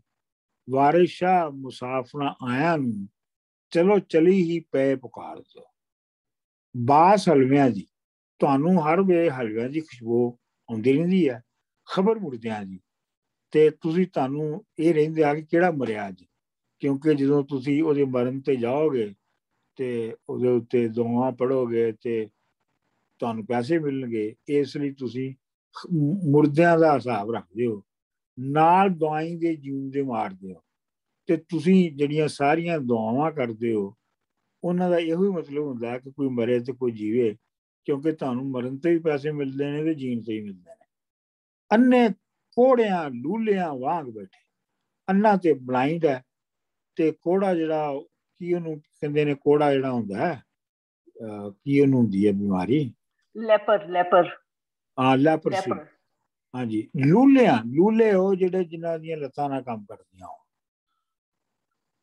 ਅੰਨੇ ਕੋੜਿਆਂ ਲੂਲਿਆਂ ਵਾਂਗ ਬੈਠੇ, ਪੂਰਾ ਮਰਨ ਜਹਾਨ ਦਾ ਮਾਰ ਦਿਓ। ਤੇ ਉਹਨਾਂ ਦੀ ਤਰ੍ਹਾਂ ਤੁਸੀਂ ਬਹਿ ਕੇ ਤੇ ਤੁਸੀਂ ਕੁਰਾ ਦਾ ਮਤਲਬ ਹੈ ਕੁਰਾ ਕੱਢਣਾ, ਜਿਵੇਂ ਹੁੰਦਾ ਹੈ ਗੈਸ ਲਾਉਣਾ, ਤੇ ਲੋਕਾਂ ਦੀ ਮਰਨ ਜੀਣ ਦੇ ਉੱਤੇ ਤੇ ਤੁਸੀਂ ਫਾਲਾਂ ਕੱਢਦੇ ਰਹਿੰਦੇ ਹੋ। ਮਤਲਬ ਤੁਹਾਡਾ ਇਹੋ ਹੀ ਕੰਮ ਹੈ। ਤੇ ਇੱਕ ਤੁਸੀਂ ਪੈਰਾਸਾਈਟਸ ਹੋ, ਔਰ ਐਸੇ ਪੈਰਾਸਾਈਟ ਹੋ ਕਿ ਜਿਹੜੇ ਲੋਕਾਂ ਦੀ ਮਰਨ ਜੀਣ ਦੀਆਂ, ਮਾਰਨ ਦੀਆਂ ਤੇ ਜਮਾਉਣ ਦੀਆਂ ਦੁਆਵਾਂ ਕਰਦੇ ਨੇ। ਸ਼ਰਾ ਚਾਹ ਸਰਪੋਸ਼ ਬਣਾਇਆ ਜੇ। ਸਰਪੋਸ਼ ਦਾ ਮਤਲਬ ਹੈ ਸਿਰ ਨੂੰ ਢੱਕਣ ਵਾਲਾ, ਲੇਕਿਨ ਸਰਪੋਸ਼ ਕਿਹਾ ਜਾਂਦਾ ਹੈ ਉਸ ਕੱਪੜੇ ਨੂੰ ਜਿਹੜਾ ਖਾਣੇ ਦੇ ਉੱਤੇ, ਖਾਣੇ ਨੂੰ ਮੱਖੀਆਂ ਵਗੈਰਾ ਤੋਂ ਬਚਾਉਣ ਲਈ ਖਾਣੇ ਉੱਤੇ ਪਾ ਦਿੱਤਾ ਜਾਂਦਾ ਹੈ, ਉਹਨੂੰ ਸਰਪੋਸ਼ ਕਹਿੰਦੇ ਨੇ। ਸ਼ਰਾ ਚਾਹ ਸਰਪੋਸ਼ ਬਣਾਇਆ ਜੇ। ਤੁਸੀਂ ਸ਼ਰਾ ਨੂੰ, ਜਿਹੜੀ ਸ਼ਰਾ ਦਾ ਤੁਸੀਂ ਦਾਅਵਾ ਕਰਦੇ ਹੋ, ਉਹ ਤੇ ਤੁਹਾਡਾ ਸਿਰਫ ਸਰਪੋਸ਼ ਹੈ, ਵਿੱਚ ਖਾਣਾ ਕੋਈ ਗੰਦਾ ਹੈ, ਉੱਤੇ ਤੁਸੀਂ ਉਹ ਕੱਪੜਾ ਪਾਇਆ ਹੈ। ਰਵਾਦਾਰ ਵੱਡੇ ਗੁਨਾਹਗਾਰ ਦੇ, ਤੇ ਤੁਸੀਂ ਬਹੁਤ ਵੱਡੇ ਗੁਨਾਹਗਾਰ ਹੋ। ਵਾਰਿਸ ਸ਼ਾਹ ਮੁਸਾਫਰਾਂ ਆਇਆਂ ਨੂੰ, ਚਲੋ ਚੱਲੀ ਹੀ ਪੈ ਪੁਕਾਰ ਦਿਓ। ਤੇ ਤੁਹਾਡਾ ਇਹ ਐਸੀ ਇੱਕ ਹੋਰ ਖਰਾਬੀ ਇਹ ਹੈ ਕਿ ਤੁਸੀਂ ਮੁਸਾਫਰ ਆਉਂਦੇ ਨੇ ਤਾਂ ਉਹਨਾਂ ਨੂੰ ਚਲੋ ਚੱਲ, ਉਹਨਾਂ ਨੂੰ ਕੱਢ ਦਿੰਦੇ ਹੋ ਉੱਥੋਂ। ਚਲੋ ਜੀ ਅੱਗੇ। ਡਾਕਟਰ ਸਾਹਿਬ ਜਿਹੜਾ ਸਰਪੋਸ਼ ਦੀ ਗੱਲ ਕਰਦੇ ਨੇ, ਉਹ ਇਹ ਵੀ ਕਹਿ ਸਕਦੇ ਨੇ ਕਿ ਸ਼ਰਿਆ ਜਿਹੜਾ ਹੈਗਾ ਉਹਨੂੰ ਇੱਕ ਆਪਣੇ ਉਹਦੇ ਤੇ ਖਾਣ ਪੀਣ ਦਾ ਇੱਕ ਜ਼ਰੀਆ ਬਣਾਇਆ ਹੋਇਆ। ਆਹੋ, ਮਤਲਬ ਇਹ ਹੈ ਨਾ ਕਿ ਜਿਹੜਾ ਸਰਪੋਸ਼ ਦਾ ਨਹੀਂ, ਸਰਪੋਸ਼ ਦਾ ਲਿਟਲ ਮਤਲਬ ਤੇ ਇਹ ਹੈ ਕਿ ਖਾਣੇ ਦੇ ਉੱਤੇ ਚੀਜ਼ਾਂ ਨੂੰ ਢੱਕਣ ਲਈ ਇੱਕ ਕਪੜਾ ਰੱਖਿਆ ਜਾਂਦਾ ਹੈ, ਉਹਨੂੰ ਸਰਪੋਸ਼ ਕਿਹਾ ਜਾਂਦਾ ਹੈ। ਹੁਣ ਉਹ ਸਰਪੋਸ਼ ਦੇ ਥੱਲੇ ਕੀ ਹੈ ਇਹ ਕਿਸੇ ਨੂੰ ਨਹੀਂ ਪਤਾ, ਉਹ ਚ ਗੰਦ ਵੀ ਹੋ ਸਕਦਾ, ਇਹਦਾ ਕਹਿ ਸਕਦੇ ਉਹਦੀ ਆੜ ਚ ਸਾਰਾ ਕੁਝ ਕਰ ਰਿਹਾ, ਉਹਦੇ ਅੰਦਰ ਸਾਰਾ ਕੁਝ ਜਿਹੜਾ ਨਾ ਟਕਿਆ ਉਹਦੇ ਨਾਲ। ਬਿਲਕੁਲ ਬਿਲਕੁਲ, ਹਾਂ ਆਪਣੇ ਕੁਕਰਮ ਜਿਹੜੇ ਨੇ ਉਹਨੇ ਸ਼ਰੀਆ ਦੇ ਪਿੱਛੇ ਲੁਕਾਏ ਹੋਏ ਨੇ। ਹਾਂ ਬਿਲਕੁਲ, ਉਹਦੇ ਵਿੱਚ ਲੁਕਾਏ ਨੇ। ਸਾਡੇ ਜ਼ਮਾਨੇ ਚ ਬਚਪਨ ਚ ਸਰਪੋਸ਼ ਹੁੰਦਾ ਸੀ, ਉਹ ਜਿਹੜੀ ਚਾਹਦਾਨੀ ਦੇ ਉੱਤੇ ਨਾ ਉਹਨੂੰ ਗਰਮ ਕਰਨ ਵਾਸਤੇ ਵੀ ਇੱਕ ਸਰਪੋਸ਼ ਹੁੰਦਾ ਸੀ, ਤੇ ਅਸੀਂ ਬੜੇ ਹੈਰਾਨ ਹੁੰਦੇ ਸੀ ਕਿ ਇਹਦਾ ਨਾਂ ਇਹ ਕਿਉਂ ਹੈ। ਆਹੋ, ਆਪਣਾ ਉਹ ਵੀ ਕੀਤਾ ਜਾਂਦਾ ਸੀ। ਲਓ ਜੀ ਅਗਲਾ ਬੰਦ ਪੜ੍ਹ ਲਓ। ਚਿੜੀ ਇਹ ਹੁਣ ਇੱਥੋਂ ਕਹਾਣੀ ਅੱਗੇ ਸ਼ੁਰੂ ਹੁੰਦੀ ਹੈ। ਚਿੜੀ ਚੂਕ ਦੀ ਨਾਲ ਜਾਂ ਟੁਰੇ, ਬੜੀ ਮਸ਼ਹੂਰ ਬਣਦਾ ਵੈਸੇ। ਚਿੜੀ ਚੂਕ ਦੀ ਨਾਲ ਜਾਂ ਟੁਰੇ ਪਾਂਦੀ, ਪਈਆਂ ਦੁੱਧ ਦੇ ਵਿੱਚ ਮਧਾਣੀਆਂ ਨੇ, ਉੱਠ ਗੁਸਲ ਦੇ ਵਾਸਤੇ ਜਾਨ ਦੌੜੇ, ਸੇਜਾਂ ਰਾਤ ਨੂੰ ਜਿਨ੍ਹਾਂ ਨੇ ਮਾਣੀਆਂ ਨੇ, ਰਾਂਝਾ ਕੂਚ ਕੀਤਾ ਆਇਆ ਨਦੀ ਉੱਤੇ, ਸਾਥ ਲੱਦਿਆ ਪਾਰ ਮੁਹਾਣਿਆਂ ਨੇ, ਵਾਰਿਸ ਸ਼ਾਹ ਮੀਆਂ ਲੁੱਡਣ ਵੱਡੀ ਕੱਪਣ, ਕੁੱਪਾ ਸ਼ਹਿਰ ਦਾ ਲੱਦਿਆ ਬਾਣੀਆਂ ਨੇ। ਇਸ ਦੀ ਮੈਂ ਹੁਣ ਅਗਲੀ ਵਾਰੀ ਕਰਾਂਗਾ ਤਸ਼ਰੀਹ, ਅੱਜ ਮੈਂ ਐਵੇਂ ਵੱਟ ਟੁੱਕ ਕਰ ਦੇਣਾ ਇਹਦਾ, ਤੇ ਇਸ ਲਈ ਮੇਰਾ ਖਿਆਲ ਹੈ ਕਿ ਇੱਥੇ ਬਸ ਕਰੀਏ, ਤੇ ਤੁਸੀਂ ਉਹ ਜਿਹੜੇ ਹਾਂਜੀ ਉਹ ਫਿਰ ਅਗਲੀ ਵਾਰੀ ਇੱਕ ਤੇ ਤੁਸੀਂ ਇਹ ਕਰਿਆ ਕਰੋ ਕਿ ਬਿਲਕੁਲ ਵਕਤ ਤੇ ਆ ਜਾਇਆ ਕਰੋ, ਤਾਂ ਕਿ ਦੇਖੋ ਨਾ ਹੁਣ ਵੀ ਸਾਡੀ ਕਲਾਸ ਤੋਂ ਟਾਈਮ ਵੱਧ ਰਿਹਾ ਹੈ, ਲੇਕਿਨ ਇਹ ਹੈ ਕਿ ਕੋਈ ਗੱਲ ਨਹੀਂ, ਮੈਨੂੰ ਕੋਈ ਨਹੀਂ ਹੈ, ਲੇਕਿਨ ਮੈਂ ਥੱਕ ਵੀ ਜਾਣਾ ਹੈ ਨਾ। ਚਲੋ ਜੀ ਪਿੱਛੇ ਜਾਓ ਜੀ, ਪਿੱਛੇ ਜਾਓ। ਅੱਛਾ, ਅਗਲਾ ਕੀ ਸੀ, ਕਿੱਥੋਂ ਤੱਕ ਪੜ੍ਹਿਆ ਗਿਆ ਸੀ? ਇਹ ਤਾਂ ਪੜ੍ਹਿਆ ਗਿਆ ਸੀ, ਬਸ ਇੱਥੋਂ ਸ਼ੁਰੂ ਹੋਇਆ ਸੀ। ਲਓ ਜੀ ਇਹ ਆਪਣਾ ਸਾਰਾ ਤੁਸੀਂ ਪੜ੍ਹੋ। ਜੀ ਸਰ। ਧੀ ਸਿਆਲਾਂ ਦੀ ਵਿਆਹ ਕੇ ਲਿਆਸਾਂ ਮੈਂ, ਕਰੋ ਬੋਲੀਆਂ ਅਤੇ ਟਟੋਲੀਆਂ ਨੇ, ਬਹੇ ਘੱਤ ਪੀੜਾ ਬਹੇ ਘੱਤ ਪੀੜਾ ਵਾਂਗ ਮੇਰੀਆਂ ਦੇਵਨ ਤੁਸਾ ਜੇ ਅੱਗੇ ਗੋਲੀਆਂ ਨੇ, ਮੱਜੋ ਵਾਹ ਵਿੱਚ ਬੋੜੀਏ ਭਾਬੀਆਂ ਨੂੰ, ਮੱਜੋ ਵਾਹ ਵਿੱਚ ਬੋੜੀਏ ਭਾਬੀਆਂ, ਹੋਵਨ ਤੁਸਾ ਜਈਆਂ ਬੜਬੋਲੀਆਂ ਨੇ, ਬਸ ਕਰੋ ਭਾਬੀ ਅਸੀਂ ਰੱਜ ਰਹੇ, ਭਰ ਦਿੱਤੀਆਂ ਜੇ ਸਾਨੂੰ ਚੋਲੀਆਂ ਨੇ। ਚਲੋ ਜੀ ਅਗਲਾ 7ਵਾਂ ਅਮਰਜੀਤ ਜੀ ਤੁਸੀਂ ਪੜੋ।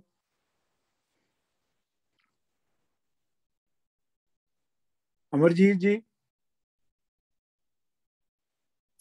ਮੈਂ ਅਨਮਿਊਟ ਕਰਨਾ ਭੁੱਲ ਗਿਆ ਸੀ। ਅੱਛਾ ਚਲੋ ਪੜੋ। ਤੇ ਰੂਹ ਛੱਡ ਕਲਬੂਤ ਜਿਉਂ ਵਿਦਾ ਹੁੰਦਾ, ਤਿਵੇਂ ਇਹ ਦਰਵੇਸ਼ ਸੁਧਾਰਿਆ ਈ, ਅੰਨ ਪਾਣੀ ਹਜ਼ਾਰੇ ਦਾ ਕਸਮ ਕਰਕੇ ਕਸਦ ਚੰਗ ਸਿਆਲ ਚਿਤਾਰਿਆ ਈ, ਕੀਤਾ ਰਿਜ਼ਕ ਤੇ ਆਬ ਉਦਾਸ ਰਾਂਝਾ, ਚਲੋ ਚੱਲ ਹੀ ਜੀਵ ਪੁਕਾਰਿਆ ਈ, ਕੱਛੇ ਵੰਝਲੀ ਮਾਰ ਕੇ ਰਵਾਂ ਹੋਇਆ, ਵਾਰਿਸ ਵਤਨ ਤੇ ਦੇਸ ਵਿਸਾਰਿਆ ਈ। ਹਾਂਜੀ ਚਲੋ ਜੀ ਰਾਣਾ ਸਾਹਿਬ ਅਗਲਾ ਤੁਸੀਂ ਪੜ੍ਹ ਦਿਓ। ਵਾਹ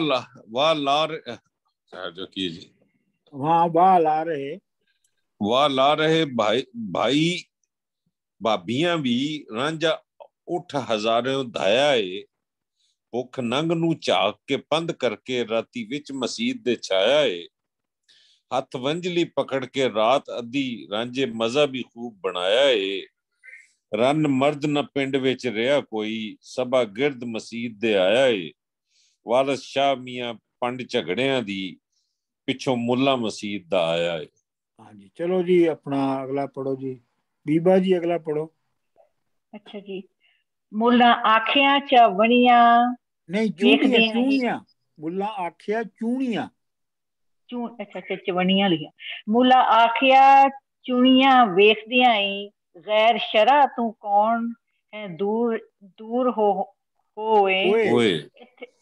ਹੋਏ ਇੱਥੇ ਲੁਚੀਆਂ ਦੀ ਕਾਈ ਜਾਂ ਨਹੀਂ ਪੁੱਟੇ ਦੌਰ ਕਰ ਹੱਕ ਮਨਜ਼ੂਰ ਹੈ ਹੋਏ। ਅਨਲ ਹੱਕ ਕਿਹਾ ਨਾ ਕਿਬਰ ਕਰਕੇ ਔੜਕ ਮਰੇਗਾ ਵਾਂਗ ਮਨਸੂਰ ਹੋਏ। ਵਾਰਿਸ ਸ਼ਾਹ ਨਾ ਹਿੰਗ ਦੀ ਬਾਸ ਛੁਪਦੀ ਭਾਵੇਂ ਰਸ ਮਸੀਹ ਵਿੱਚ ਕਾਫੂਰ ਹੋਵੇ। ਚਲੋ ਜੀ ਆਪਣਾ ਜੀ ਜਸਪ੍ਰੀਤ ਜੀ। ਹਾਂਜੀ ਹਾਂਜੀ ਤੁਸੀਂ ਪੜੋ। ਦਾੜੀ ਸ਼ੇਖ ਦੀ ਅਮਲ ਸ਼ੈਤਾਨ ਵਾਲੇ ਕਿਹਾ ਰਾਣਿਓ ਜਾਂਦਿਆਂ ਰਾਹੀਆਂ ਨੂੰ ਅੱਗੇ ਕੱਢ ਕੁਰਾਨ ਤੇ ਬਹਿ ਮੈਂਬਰ ਕਿਹਾ ਅੱਡਿਓ ਮੁਕਰ ਦੀਆਂ ਫਾਹੀਆਂ ਨੂੰ ਇਸ ਪਲੀਤ ਤੇ ਪਾਕ ਦਾ ਕਰੋ ਵਾਕਫ ਅਸੀਂ ਜਾਣੀਏ ਸ਼ਰਾ ਗਵਾਈਆਂ ਨੂੰ ਜਿਹੜੇ ਥਾਂ ਨਾਪਾਕ ਦੇ ਵਿੱਚ ਵੜਿਓ ਸ਼ੁਕਰ ਰੱਬ ਦੀਆਂ ਬੇਪਰਵਾਹੀਆਂ ਨੂੰ। ਵਾਰਿਸ ਸ਼ਾਹ ਵਿੱਚ ਹੁਜਰਿਆਂ ਫੇਲ ਕਰਦੇ ਮੁੱਲਾ ਜੋਤਰੇ ਲਾਉਂਦੇ ਵਾਹੀਆਂ ਨੂੰ। ਹਾਂਜੀ ਅਗਲਾ ਜੀ ਅਗਲਾ ਹੈ ਸੀ ਕੋਈ ਆਪਣਾ ਮੈਂ ਪੜ੍ਹਦੇ ਹਾਂ ਪੜ੍ਹ ਦਿਓ। ਆਸ ਹਲਵਿਆਂ ਦੀ ਖਬਰ ਮੁਰਦਿਆਂ ਦੀ ਨਾਲ ਦਵਾਈ ਦੇ ਜਿਉਂਦੇ ਮਾਰਦੇ ਹੋ। ਅੰਨੇ ਕੋੜਿਆਂ ਲੂਲਿਆਂ ਵਾਂਗ ਬੈਠੇ ਕੋਰਾ ਮਰਨ ਜਮਾਨ ਦਾ ਮਾਰਦੇ ਹੋ। ਸ਼ਰਾ ਚਾ ਸਰਪੋਸ਼ ਬਣਾਇਆ ਜੇ ਰਵਾਦਾਰ ਵੱਡੇ ਗੁਨਾਹਗਾਰ ਦੇ ਹੋ। ਵਾਰਿਸ ਸ਼ਾਹ ਮੁਸਾਫਨਾ ਆਇਆਂ ਨੂੰ ਚਲੋ ਚੱਲ ਹੀ ਪਏ ਪੁਕਾਰ ਦੇ। ਵਾਹ ਚਲੋ ਜੀ ਇਹਨਾਂ ਇੱਥੋਂ ਤੱਕ ਅਸੀਂ ਪੜ੍ਹਿਆ ਤੇ ਇਹ ਤੁਸੀਂ ਇੱਕ ਵਾਰੀ ਆਪਣੇ ਤੌਰ ਤੇ ਆਪਣਾ ਅਗਲੇ ਤੋਂ ਪਹਿਲੇ ਪੜ੍ਹ ਲੈਣਾ ਬੜਾ ਅੱਛਾ ਲੱਗੇਗਾ। ਠੀਕ ਹੈ ਜੀ ਬਹੁਤ ਬਹੁਤ ਸ਼ੁਕਰੀਆ ਡਾਕਟਰ ਸਾਹਿਬ ਅੱਜ ਬਹੁਤ ਅੱਛਾ ਜੀ ਬਹੁਤ ਹੀ ਅੱਛਾ ਬਹੁਤ ਹੀ ਮਜ਼ੇਦਾਰ ਜ਼ਬਰਦਸਤ ਰੱਬ ਰੱਖੇ ਜੀ ਸਾਰਿਆਂ ਨੂੰ। Thank you doctor Sahib. Okay ਮਿਹਰਬਾਨੀ ਜੀ।